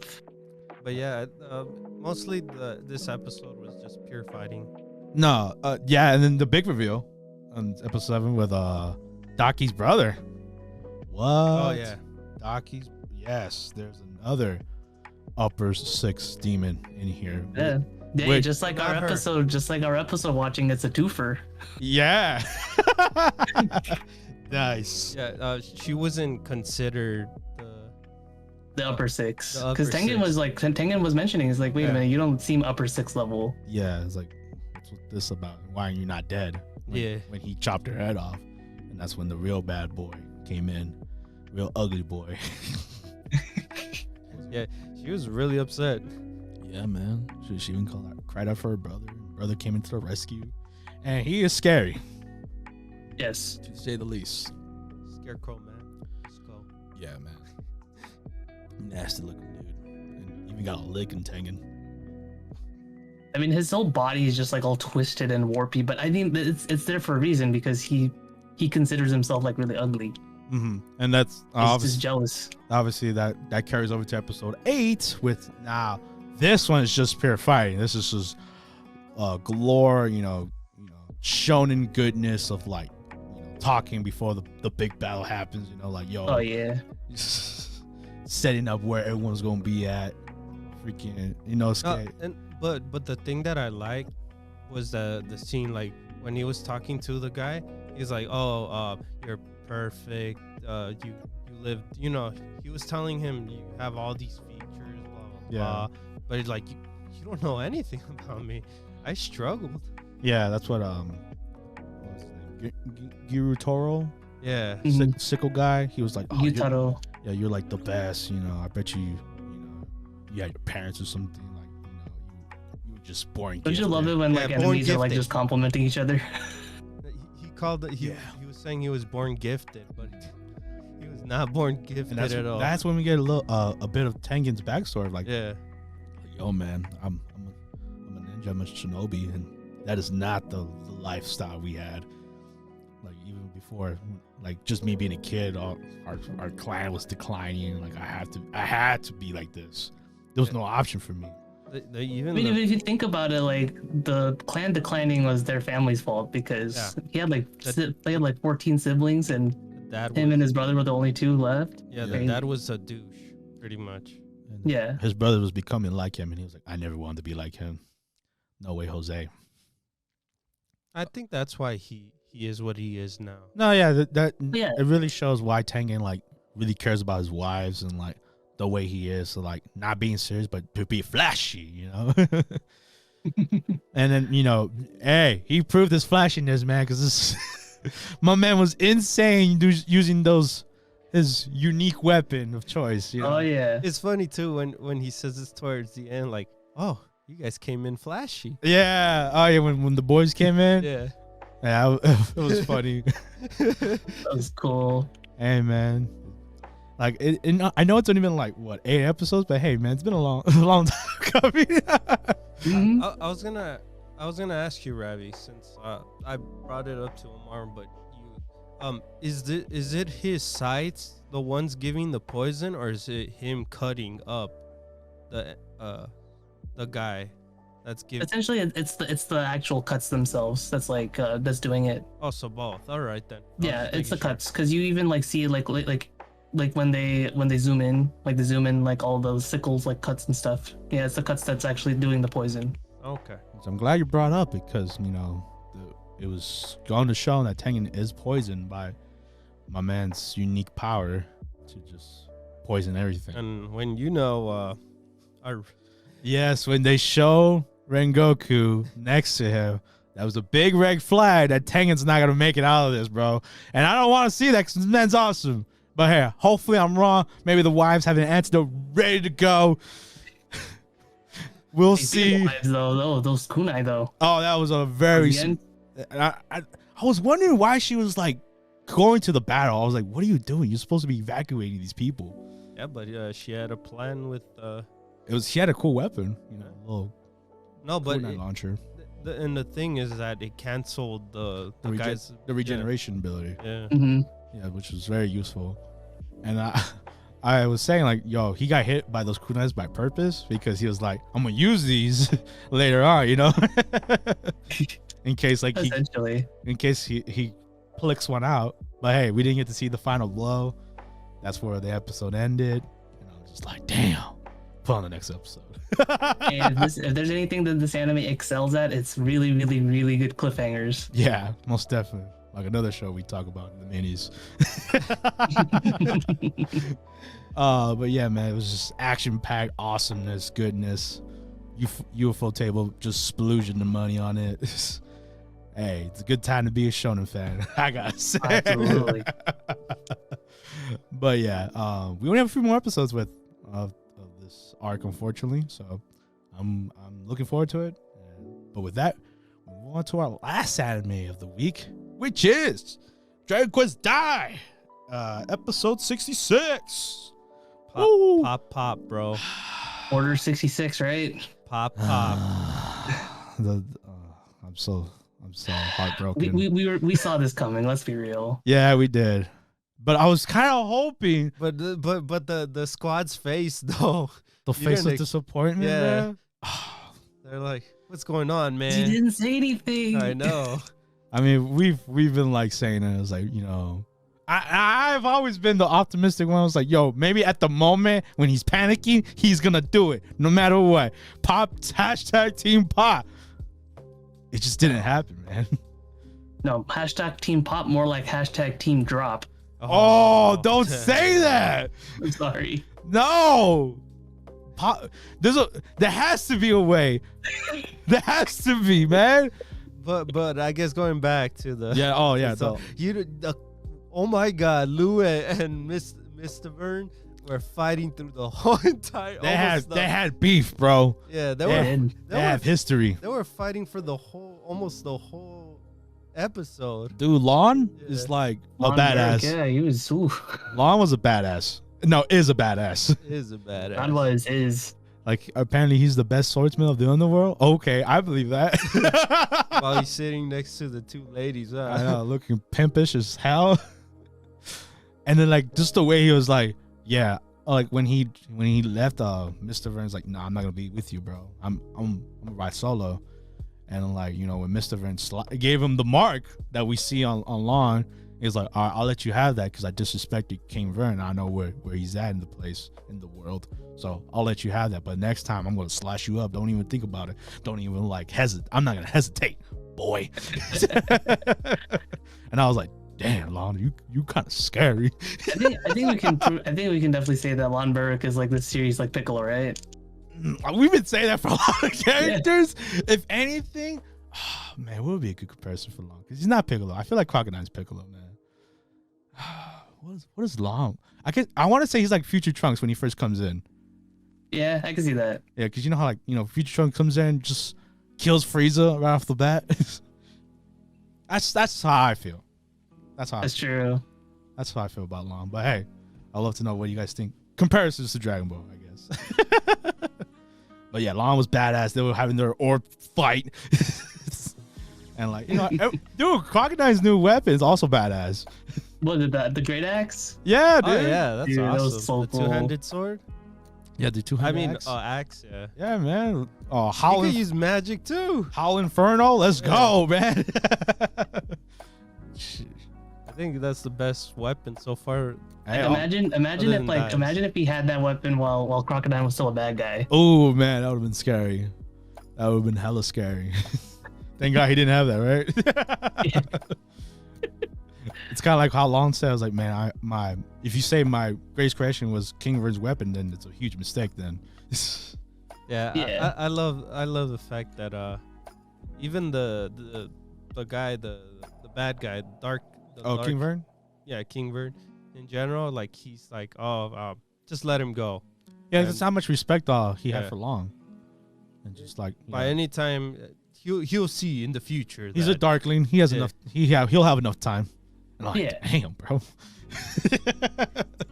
he'll join me eventually, but he never did. Eventually, he will join. That's when Mr. Vern pulled his his trump card. With Yeah. like the little Darkling little dude, that little bastard. Oh, that annoying guy. Yes, that had. Hey, no, Zabuera was the true trump card. He was. Hey man, when he would I thought he was shooting energy blast at first, but turns out he was shooting like those monster capsules from episode 1 that Dai had. yeah. Well, hey, a flashback to those capsules, right? Right? Throwback. Throwback. So man, I'm Vicious monsters. I'm just scared to see. My prediction, maybe next episode, we'll probably get Hadler and the last two or the last three of the chess pieces. Oh yeah, they'll show up. Yeah, I think they'll show up. I think so too. Like if the opening has anything to say, like Oh, that's true, huh? We haven't seen those. We haven't seen Hadler or the chess pieces in a while. And the chess pieces were in that area ish thing. yeah, That's true. From how I saw the opening wise, it looks like that scene or close to that scene. yeah, because obviously Pop choked. And Yeah. did not make the spell. I said, man, hashtag team drop. No, don't say that. Hashtag Team Pop still strong. It's just it has not been looking good for Pop these past weeks. I just gotta say that as a Team Pop fan, it's been tough. But But also Amy though. well, yeah, Amy came in, shine. You know, yo, Himkyo, you can't be shirtless. Here's your spear. Put some clothes on, honey. Oh, I love how what was her name? The princess? Oh, I'm forgetting. Oh, Leona. Yeah, Leona's like, "Are you done, Amy? Like we trying to save the world here." Hey, Leona. We mentioned this before, but Leona is invested in this romantic development. Yes, This threesome, like will they, won't they? she's hilarious. If anything, she takes this She's whole great. situation hilarious. Doesn't take it serious will die. Damn shame, right? Damn shame. Damn shame. I mean, I think it's kind of obvious that Leona and Dai are gonna be a thing. Yeah, there's no contest there. Yeah. There's no drama. Not with like the Pop other Mom guy. or Shunkel or Yeah, Amy. not like mom. Or was it also Marl too? Oh yeah, I forgot about her. Damn, that's crazy. This whole octagon. Oh, just a whole Oh. web. The Sokka in this show, huh? Yeah, man. Just but what? Yeah, man. Just can't wait to see. I expect the worst next episode. Dragon Quest Die Guy. I have a feeling he's gonna have his coming. moment? Yeah, his moment. He's gonna find Glow's crystal. Like I have a feel, like I said it right like minutes ago. Like he's like Sokka, you know. He's gonna get his time to shine. You know, That's what we hope for. That's what we hope too. from the Avatar. Yeah. I Yeah. hope so. I really hope so.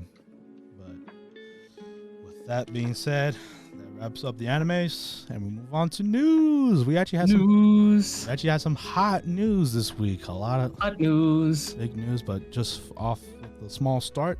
I think this is the second to last or final character to be released, and that is King of Fighters 15.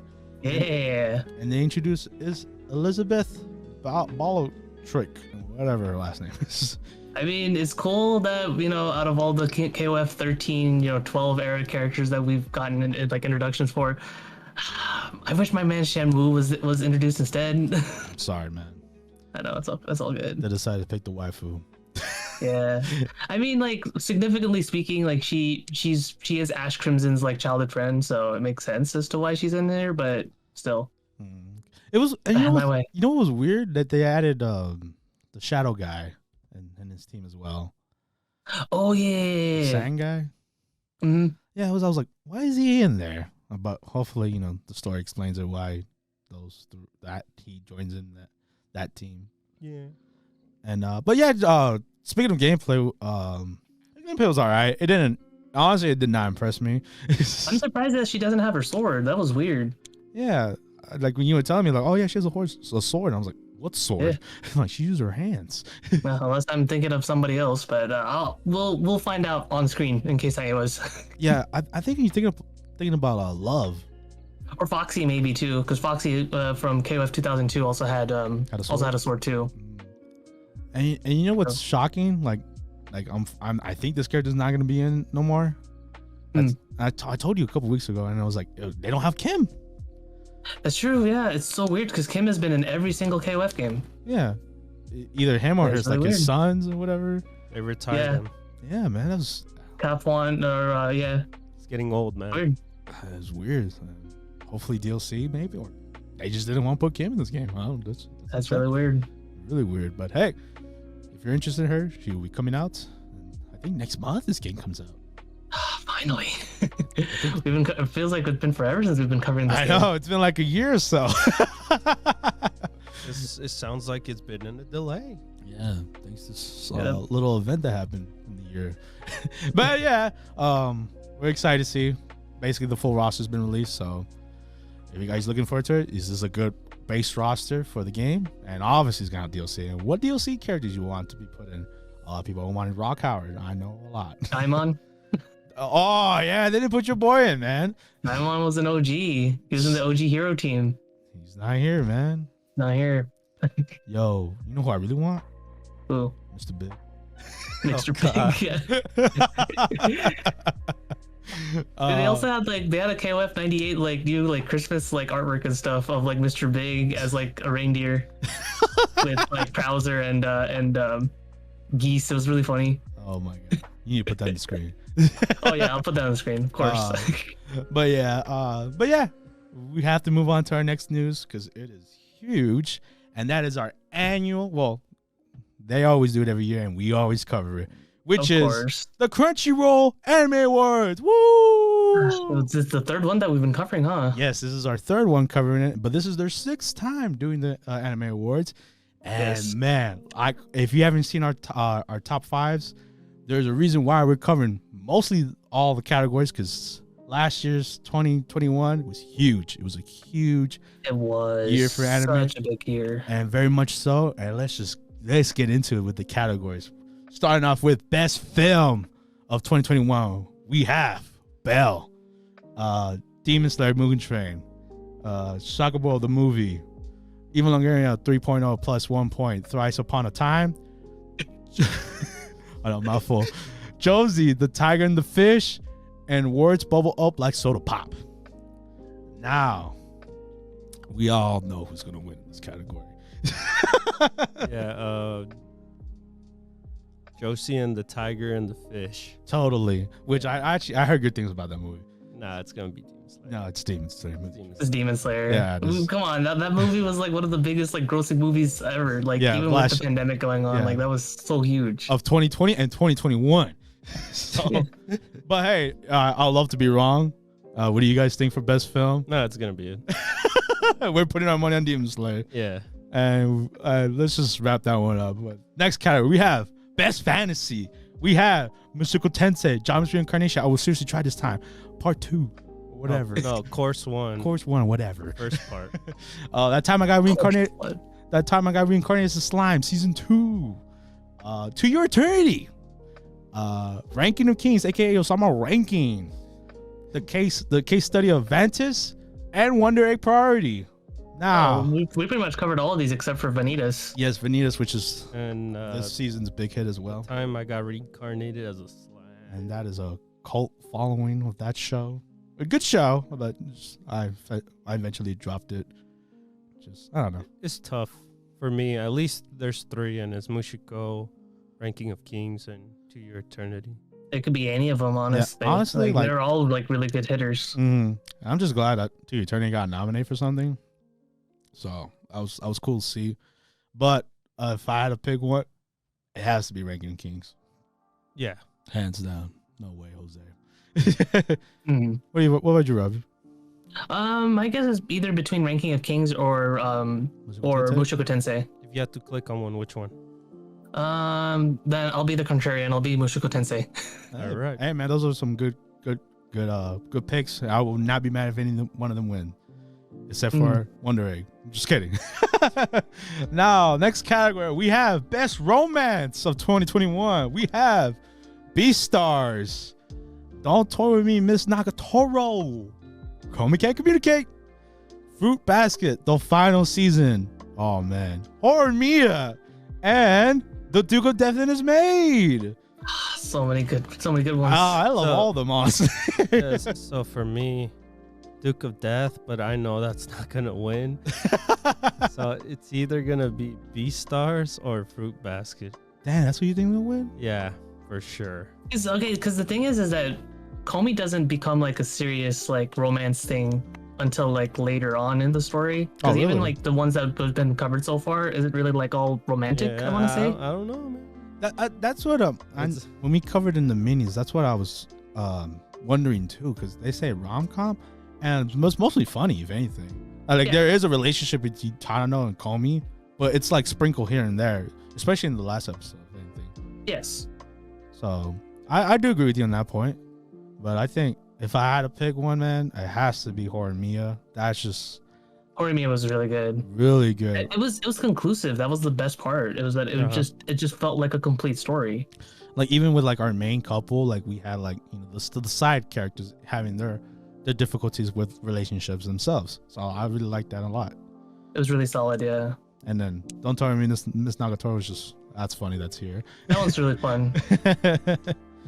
but yeah, I guess for popularity vote, if I had to put money, I think Fruit Basket will win hands down. What do you think, Robbie? Yeah, I would say Fruits Basket. I haven't caught up to the anime itself, but like the manga ended beautifully. Yeah. So I would probably go with Fruits Basket. And let us know what you guys pick for that one. That was a pretty hard category to say the least. But on to the next category. We have Best Drama. We have 86. Kagi Shoujo, To Your Eternity, Fruit Basket, The Final Season, Odd Taxi, and Wonder Egg Priority. So I'm gonna go with I'm gonna go with Odd Taxi personally. Hands down, me too. Since I never saw Odd Taxi, I'm in the middle for 86 and To Your Eternity, and I think I'm gonna give it to 86. Yeah, how much I was connected to the MC that is not on season 2, part 2. Because it's simple, plain and simple. She's not the MC for that part. For that part, right? Yeah. But yeah, I think I never seen Kage Shoujo, so I don't know anything about that one. So I'm wondering how that one goes. Wonder Egg had good. Wonder Egg Priority also had good drama. Yeah, especially episode 11 with the whole professors things going on. That was like intense. But I guess popularity wise, it might go to Fruit Basket again. But at least for me is 86. This was a tough one because 86 was a popular one during that time too. So it's either between those two. I mean, I'll pick 86. Yeah, if I had to pick one, it would be Odd Taxi. That's just great story writing, if anything. But if I had to pick popularity, it would be those two, Fruit Basket or 86. But I'm hoping for Odd Taxi. Yeah, same. So hey, let us know. Hopefully we're wrong. Hopefully Odd Taxi just sweeps away these awards. Because we move on to our next category. We have Best Comedy. We have Don't Tell Me Miss Nagatoro, Komi Can't Communicate, Miss Kobayashi Dragon Maid S, aka Season 2, Heaven's Design Team, which I haven't heard, Life Lessons with the Orimichi Oni-san, which I'm surprised got nominated, and Odd Taxi. Call Me. Has to be Komi. Komi. Komi for me. There were some funny moments in Odd Taxi, but that was not what it shined bright on. Really? You didn't like Bruce Springsteen? Like I said, it wasn't like the main focus of the anime. No, it wasn't. So I have to give it hands down to Komi. Although I do like that Orimichi Oni-san is here because that was funny. But Komi, like throughout all 12 episodes, just had me dying. Especially what's his name? Dang, I'm forgetting his name already. I don't know. Or Hajime, yeah. Hajime was hilarious. Love that. I never thought I liked that character, and I do now. you mean Osana, right? Yeah. Najimi, yeah. Yeah, that character's Najimi's great. But yeah, I'd love to know what you guys picked. So that one's kind of easy, and this is not gonna be easy. Next category we have Best Action, and we have Attack on Titan final season part 1, Demon Slayer, Mugen Train arc, Jujutsu Kaisen second part, Vivi Flora Ice Song, SSS Dino Xeon, and Wonder Egg Party. And out of these 6, the 5th one isn't that much for me. The least action-packed one. Oh, you're talking about Dino Xeon? Yes. Yeah, that one's kind of a weird pick. I can't see why it's nominated, but I don't know. I'll put that more in drama than anything. True. I think even like if you guys don't know, we have covered this show and we did not give any good gripes with the action. If anything, the drama was the one that stood out in that show. But hey, this is Studio Trigger. That's probably why they picked it. I guess so. Yeah, you're right. So they had to be there, I guess. But hey, man, this is a tough one either way with Dino Xeon being out. Wonder Egg Party had some great action moments. Yeah, it did. Mugen Train, that's just Rengoku's badass. The arc, not the movie. Yeah, the arc, not the movie. Arc, yeah. Vivi Flora Ice Song blew me away with the combat, the hand-to-hand combat that Vivi was throwing those blows. It's hard to say. My guess is gonna be between Jujutsu Kaisen or I was about to get there. Vivi. Like Attack on Titan, the beginning, action-packed. The war was happening. Like our eyes were glued to the screen. But I have to give it to Jujutsu Kaisen because it has the best fights of the year. It does. Tadano versus with Yuji fighting that plant. That was amazing. Combos were real. Or when Yuji, Gojo, speak for the people. You know what? Yeah. You know what? Omar sold me. I'm gonna go with Jujutsu Kaisen as well. Just in the final episode itself with Nabara and Yuji fighting those two demons along with the AMV video moment, that was solid.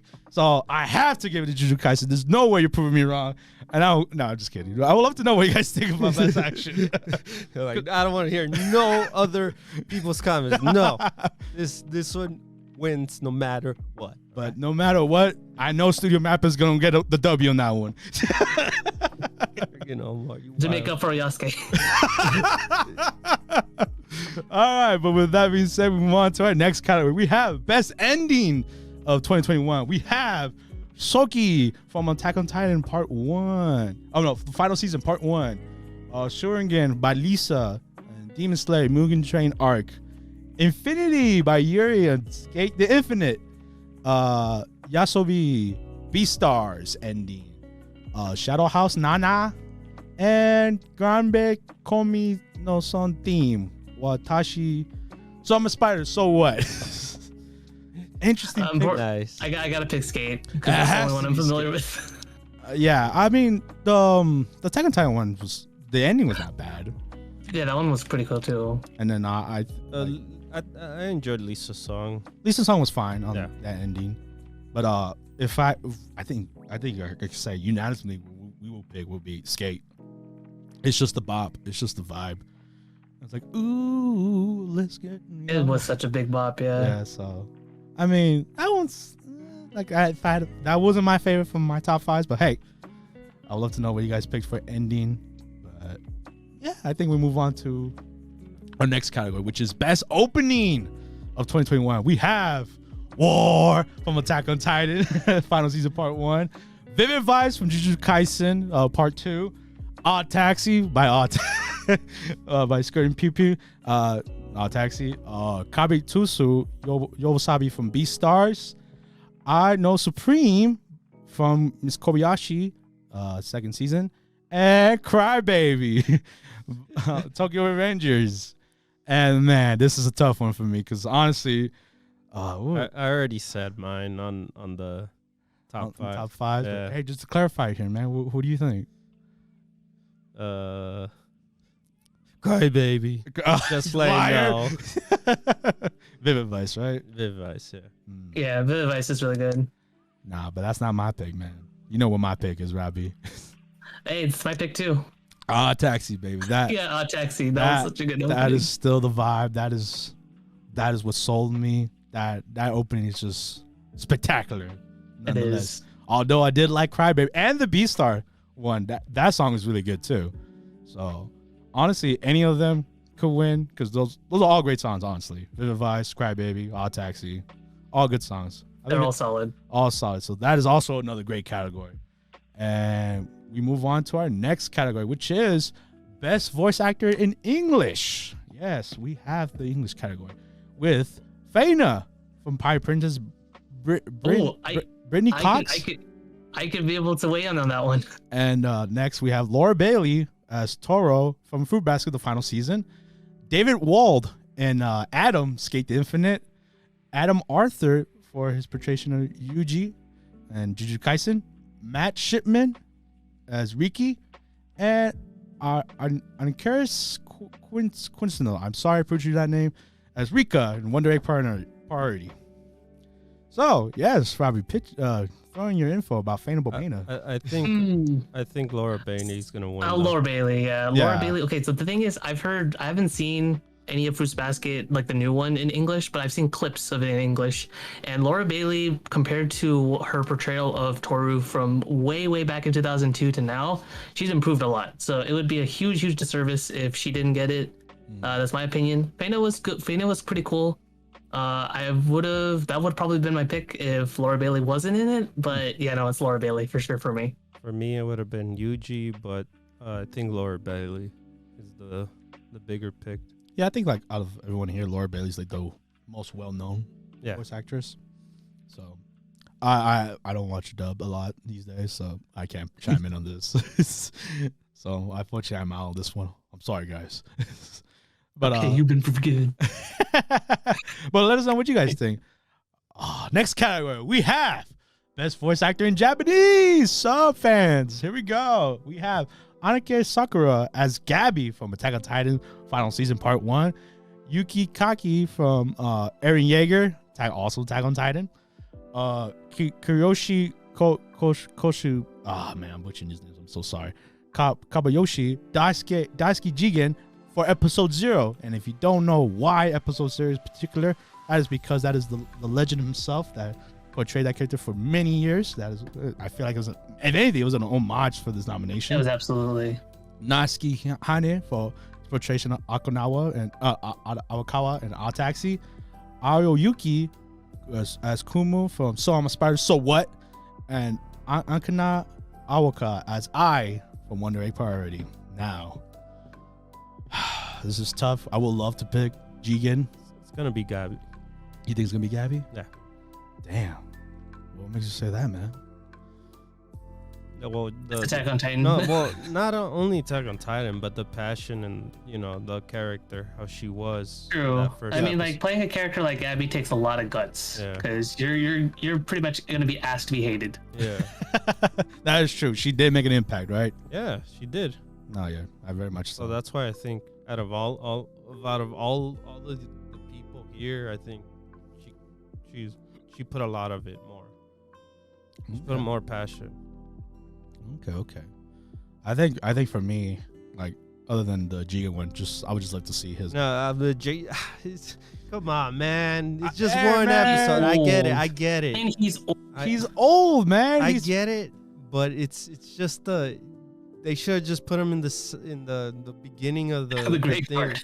and just said, hey, this is the Lifetime Achievement Award, right? Or something. Yeah. We were talking about that. I was like I know it was an homage to respect the voice actor, but I feel like they should have just gave him a Lifetime Achievement Award. Yeah. But hey, it is an option to vote. Like I said, I would love Jigen to get it, but if I had to pick, it would be Aokawa. That his performance is I've never seen before. Just the way he delivers his lines is like, what? What a character. What would you rather? Yeah, I want to say I'm gonna go probably Yuki Kaji for Eren Yeager. Oh, he was our protagonist since way back when, and he killed it. He killed it as Eren Yeager. Oh yeah, most definitely. And this is because we got to remember that this is a different Eren Yeager. This isn't the same Eren Yeager that's like wanting to kill Titans anymore. This is a very changed Eren Yeager, and I think he really, really delivered it. So my vote goes to him. I think he might win. Ooh, we all had different votes on that one. I can't wait to see who wins that category. With that being said, move on to our next category. We have best score of 2021. We have 86. Haruyu Sawa and Kota Yamato. Demon Slayer, Mugen Train Arc, Yuki Kari and Go Shina. It's Yuki Kajira, right? Yes. Yes. Oh, thank you for correcting me. Mabuna from Megalobox second season, Nomad. Pew Pew, Vava, and Osambi from Odd Taxi. Satoru Katsuki from Vivi Flora Ice Song. And Dead Dead Mouse and Mito from Wonder Egg Priority. Now, this one was I wish it was easy if they had Attack on Titan here, because I know the score for that is so amazing. It's always amazing. But I guess for me it's tough between Vivi and Wonder Egg Priority, because Wonder Egg Priority had some build-up music that was so amazing. Yeah, like the eerie drop. Yeah. So Wonder Egg Priority was really solid.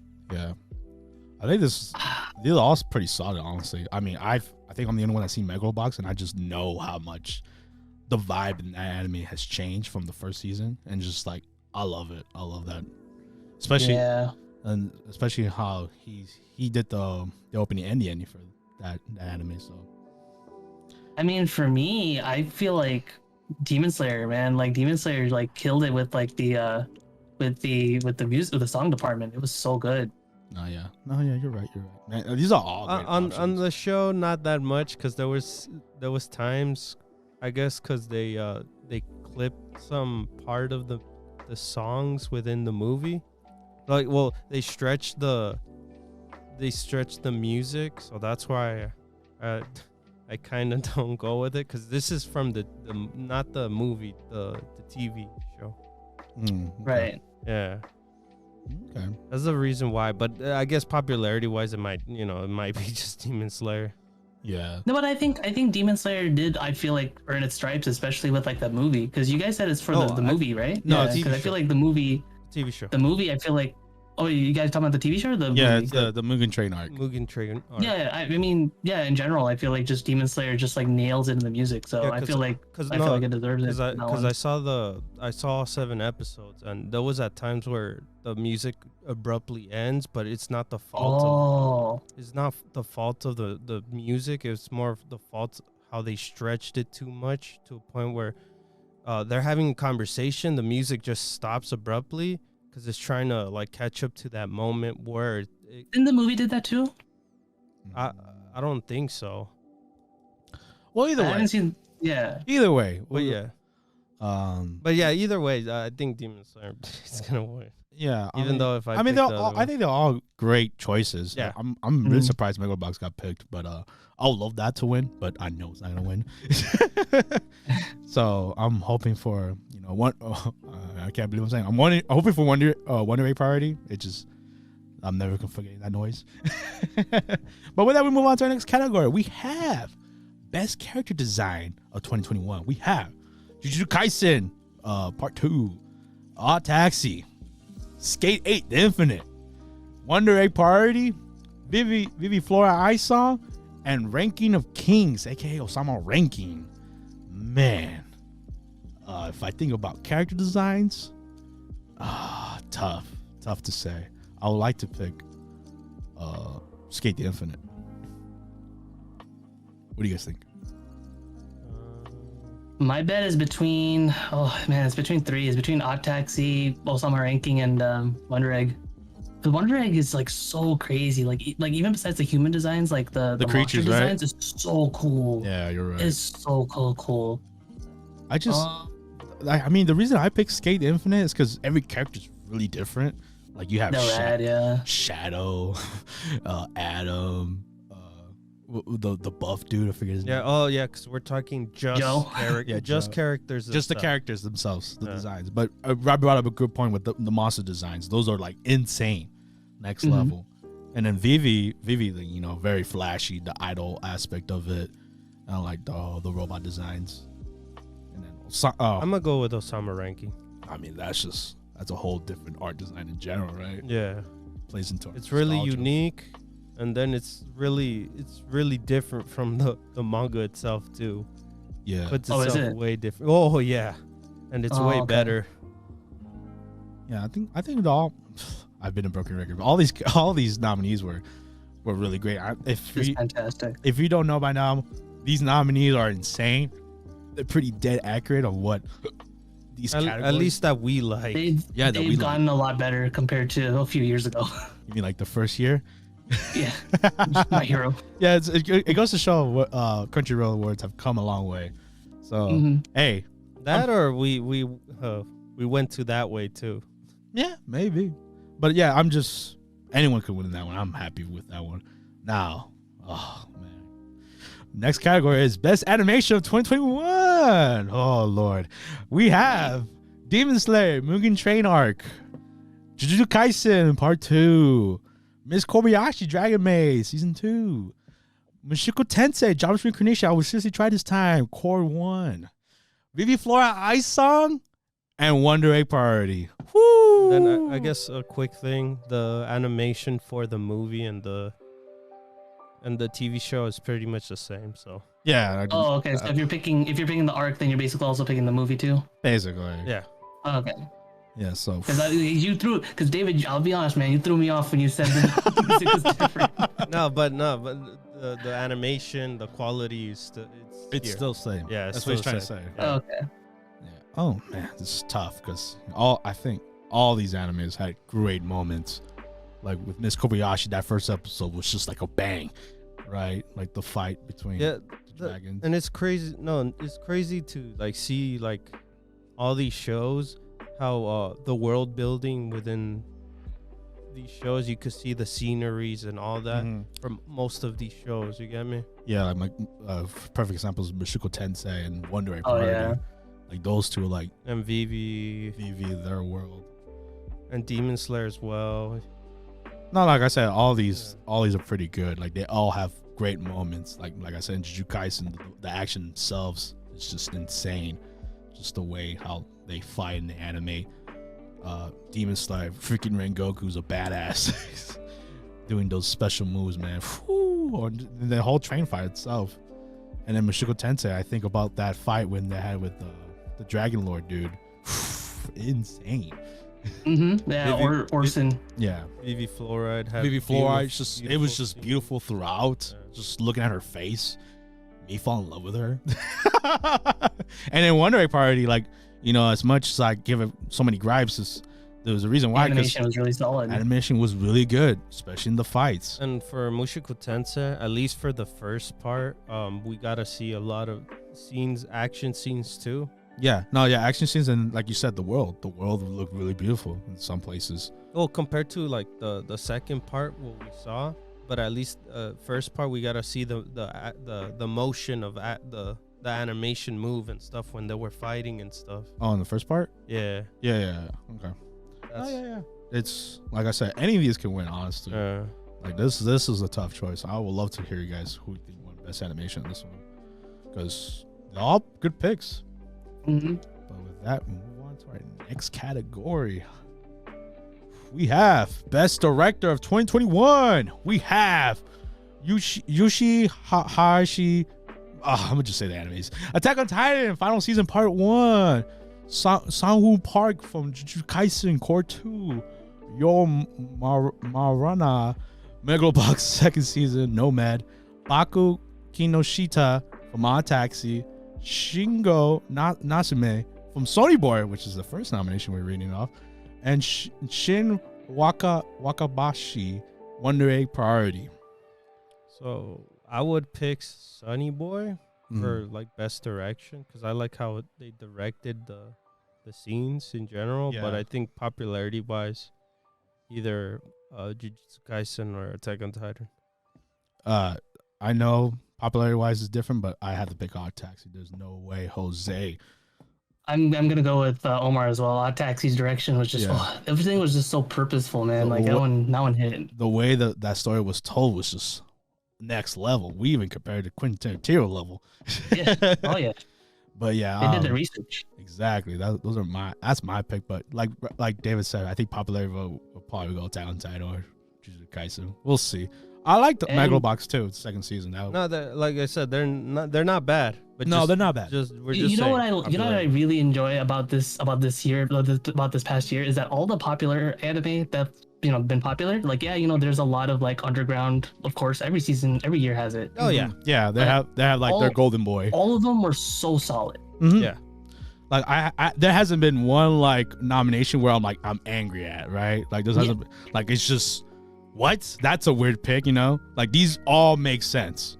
So, but I think with that being said, we have to move on to our next category, which is everyone's favorite, everyone's AMV moments, best fight of 2021. We have Eren Yeager versus the Warhammer Titan from Attack on Titan Final Season Part 1.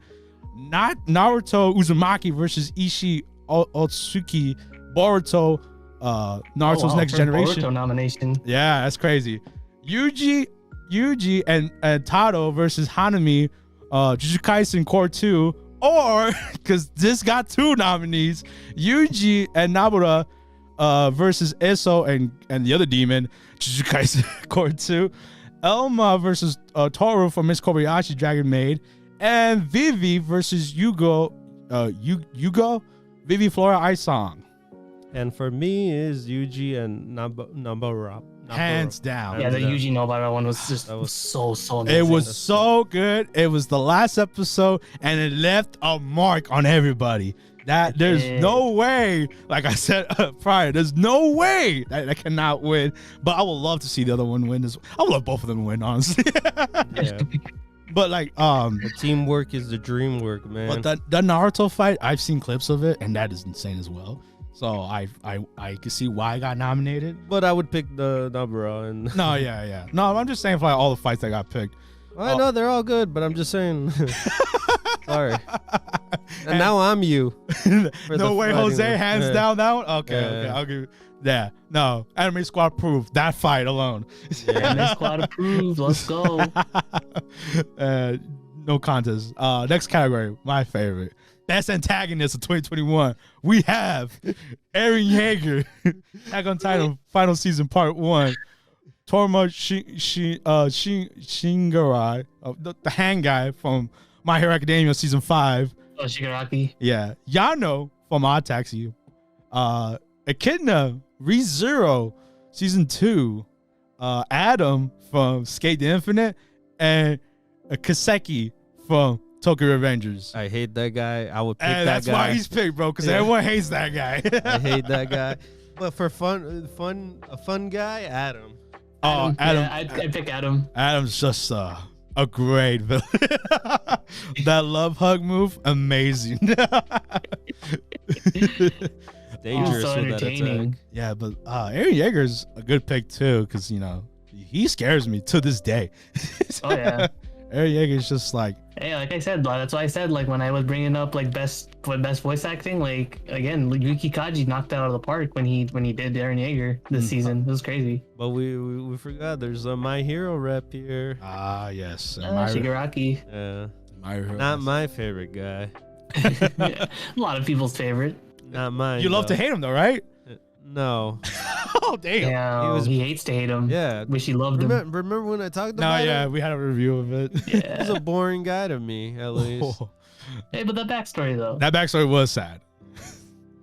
But yeah, if I had to pick, it would either be Adam or Kaseki, because Kaseki is evil, man, mastermind behind everything that's happening. Douchebag. Hella douchebag.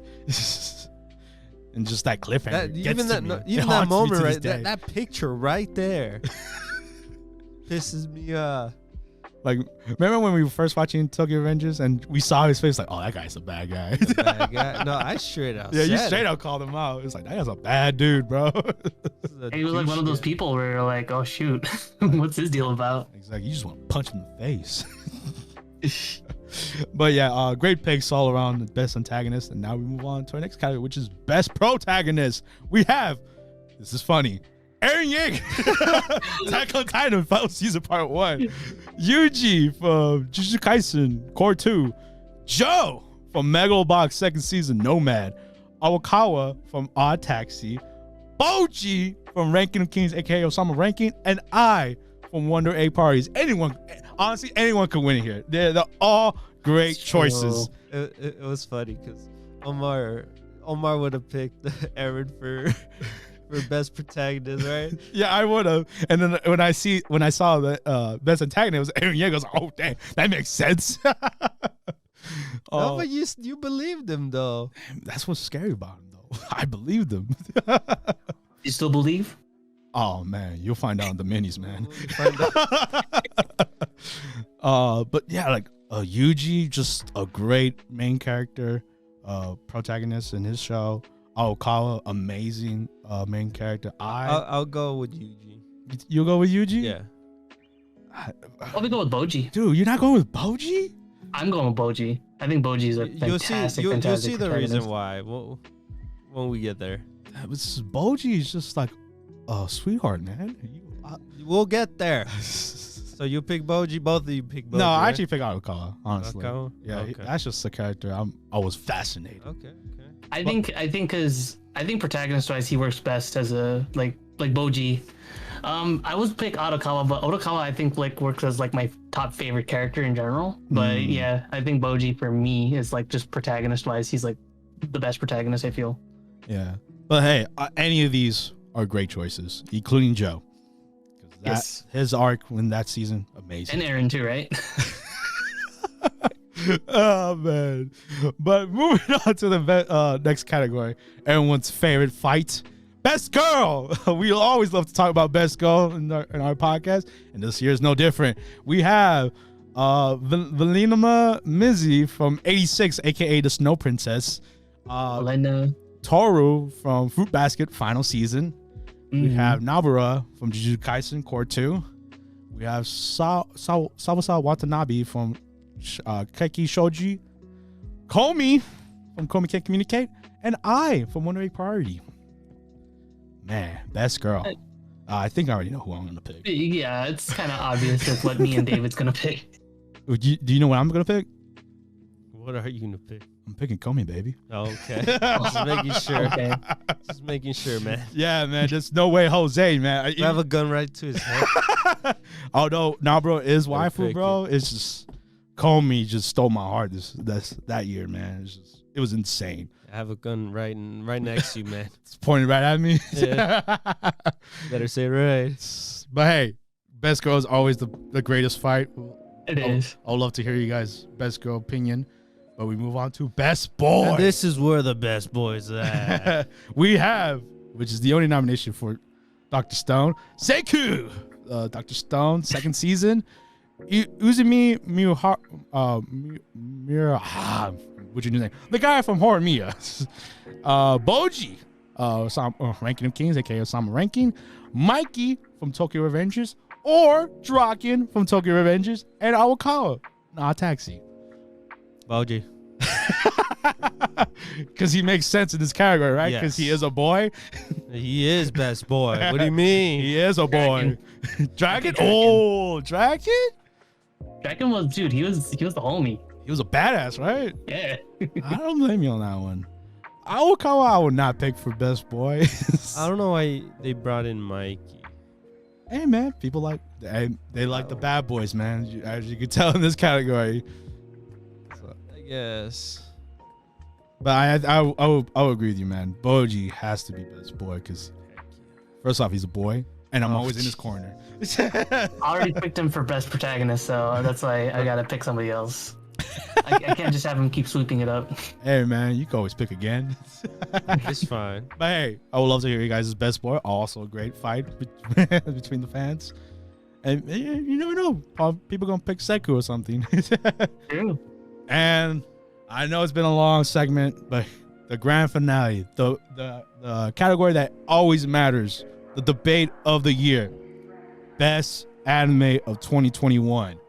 We have 86, Attack on Titan, final season, part 1, Jujutsu Kaisen, Odd Taxi, Ranking of Kings, aka Ousama Ranking, and Sony Boy. I am excited for all these nominees. Jujutsu Kaisen. All right, why Jujutsu Kaisen, David? Second year, baby. Woo! Jeez. Hey, won the last time is going to this time. Let's go. Oh man. No, but it's gonna be tough between Attack on Titan though. No, Yeah, as a juggernaut. that is the big one. That's the big hitter. Yeah. I mean, Mappa again, both 2 nominees here. Mm-hmm. But yeah, Jujutsu Kaisen. Hey man, this honestly this is the toughest category in this whole all categories of this year. I mean, I would love Sony Boy to win because that's just like a super underrated show that everyone passed on. That whole anime is just insane. But I know it's not for everybody. But and obviously, you guys know what I'm gonna pick. If you guys saw my top 5s, that was obviously Arcane's not here, but it would be Odd Taxi. Yeah. Odd Taxi. Yeah, that one's gonna be my pick, of course, as well. Yeah, because Odd Taxi is just a show you just have to see. Honestly, if you haven't seen it, this shows proof that Crunchyroll knows what they're talking about finally, and they know what shows have to be here.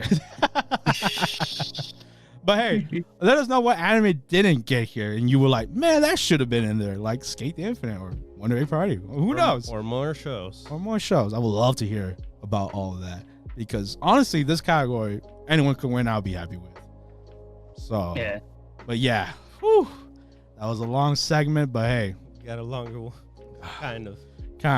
Our last segment of the day, which is a big one for the whole gaming industry, which is Microsoft, the big boy, the big company. To acquire. They just bought out Activision / Blizzard. For how much? Yeah. For how much? About almost $70 billion. To be exact, $68.7 billion. Which now is the biggest buyout of anything in general. Well, anything for gaming wise. Yeah, you're right. Anything, because it was Bethesda, right? Bethesda was the biggest buyout, Yeah. and now this is just No, but you could see the reason why though. oh yeah, Activision really has juggernauts. It's not even just Activision. It's Activision, Blizzard too. Blizzard, and King. Now, why is King's big? I don't know if you've ever heard of a little game called Candy Crush. Still alive. Still very alive. Even has crazy. Even has tournaments with Doja Cat and one of the Kim Kardashians. It's insane. It's always something that you always forget. Like you always gotta like put in the back of your mind that like, wait a minute, Candy Crush is still like really huge and It still is like really huge. A ton of casual people. My mom casual plays players. that game. Still has like remember when everyone was playing Candy Crush and you send friend like points or whatever? She still does that to this day. So yeah, this is huge. It changes the whole gaming industry up in its head. You know, as in the shooter genre too. Alone, because now Microsoft has Call of Duty, and now Overwatch, and then they have Halo. The only shooter that I could think of like that's big is Battlefield, and they had a bad year. They had a terrible year. But Battlefield is not near the first person shooter. No, but it's in that circle. It is in that circle, but it's not like how it used to. You get me? I mean, you can say like back then. You can say the same thing for Call of Duty. That's true. It's been going downhill. And No, I don't mean downhill. I mean like the difference between both of them now. But I'm just saying shooter genre in general. You know what I'm saying? But anyways, wrong, bro. But yeah, it's Warzone is all the way up there, bro. No, yeah, Warzone. They're making that money. And I think Hey, we might get a Doom and Call of Duty crossover now. That is true. Yeah, we gotta remember now Bethesda is Microsoft, and I'm glad that Microsoft bought them.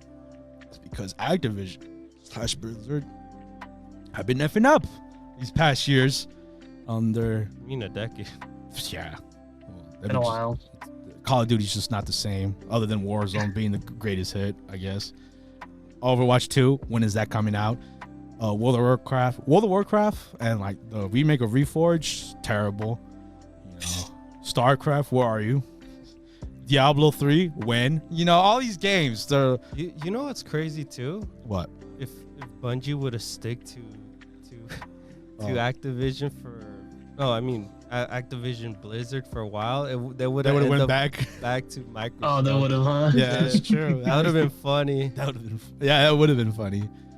But like, And then what else? What was I gonna say as well? oh, they also own Crash Bandicoot. Yeah, they own Crash Bandicoot. Oh, it's, A Sony rap. there's a weird advertising thing that's been popping around, but you seen the it? The Cortex one with the whole like, oh, Crash has a new home now, and now yeah. everybody's like, oh, Xbox. that's really true now. Yeah, very true. Yeah, the Xbox symbol, and then Spyro. There's so many I could list because Activision has a big library. This is insane to wrap around. Everybody was kind of worried that Sekiro might be part of that lineup too, because they published it in the West, but that's only in the West though. They don't have anything in like another territory, so. Yeah, man. It's just I don't know what to think, and It's crazy. And if anything, I don't know if you guys keep up with stocks. PlayStation's Sony stocks, went down after this news. Oh, of course. Just like and now the ball's on Sony's court. Like, what do we do now? At this point, you gotta gobble up what you can. Because Microsoft. All I have now is Spider-Man. Microsoft be buying stuff. They're becoming the Disney now. Yep. Microsoft becoming the big monopoly of gaming. Like how. Now just imagine if Disney merges with Microsoft. Oh man, it's over. Why even compete at this point? Just be part of it at this point. Yeah. I was gonna say like indies, but I remember Cuphead's an indie, and that's with Microsoft. That's true. Jesus. Oh man, Microsoft was the very first friend of indie development back way back in the day. Yeah, they even had like a whole category in there. Yeah, Xbox Live Arcade. They had they were pretty much like the first console company to actually like introduce the word indie games. Oh yeah, man. I mean, it's crazy. It's great that Microsoft. I guess Phil Spencer's be doing stuff right over there right now. No, yeah, it's insane. And also, there was also the news of the CEO of Activision stepped down with this buyout, so that's good. Well, none of the CEOs can't leave yet until the contract goes. No, yeah, like I think so like they gotta wait until a year, couple more months or something like that. No, a year. It takes about a year to get the whole pretty much them owning completely Activision Blizzard. I thought it was a couple months, but either way, it's insane to think about. And it's just like, or is Microsoft? I think it's unanimous to say all these freaking IPs are gonna be exclusive, right? Yeah. Tony Hawk, Overwatch. Spyro, Hearthstone, Guitar Hero. Hey, and now what Microsoft could do is that they can make their own Smash Brothers now. Yo, I didn't think of that. What PlayStation couldn't do? Oh man, just imagine Tracer fighting Master Chief. And Doom Guy fighting Spyro. You guys wanted it, right? Crash Bandicoot we fighting could make Captain it. Price from Call of Duty. Oh man, the possibilities are endless. Yeah, man. Smash isn't here no more. Dang, you are right, Rob, because I remember that DC Smash game that's coming out soon. And, Oh yeah. Well, it's not DC. It's the Warner Brothers. oh yeah, the Warner Bros. One. Yeah, my bad. They could make it. Oh, that would be interesting. To counter those, Yeah, I will buy that. a Diablo character could find an Overwatch character that could fight a Halo character that could fight a I mean, we already had like the Crash Bandicoot, Fallout guy. Oh man, that's hot. Spyro. And please don't make it a MOBA. Make No, make Tony Hawk and fight. then bring Blinks to Time Cat back. Oh my god, I saw that on the internet. I was like, dude, I forgot about that guy. You know what? I want Tony Hawk to be fighting too. You want Tony Hawk to fight Master Chief? Yeah. And Tony Hawk's like they're Shaggy? Yes. Ultra Instinct Tony? Yes. The possibilities are endless. Oh man. Yeah. Okay, now I'm excited for this bio. But it's Or whenever they have that yeah. Smash game, Yeah. if they could hear. Yo, Phil Spencer, Xbox, Microsoft, whoever's listening to us, make it happen. On. Make it happen. I'll you free idea, whatever. If anything, Killer Instinct could get better now. Even more characters. Oh, Saberwolf. Yeah. Oh yeah, it's true. Yeah. Damn, because they had the Toad guy, right? Yep. Damn, true. But yeah, what do you guys think of this bio? It's insane. It's huge. It was all over this week, so we had to talk about it. And with that being said, that wraps up that news. Wraps up the news segment and wraps up the podcast for this week. Ooh, we made it. And if you made it this far, like always, thank you for listening. I think it was a long one. The news segment was long, obviously. The Crunchyroll Awards are huge. I'd love to know everything what we talked about, anime, news segment. Let us know. I would love to hear about it. And like always, I need you guys to cast that like button. Cast it. Summon the comment section. Summon.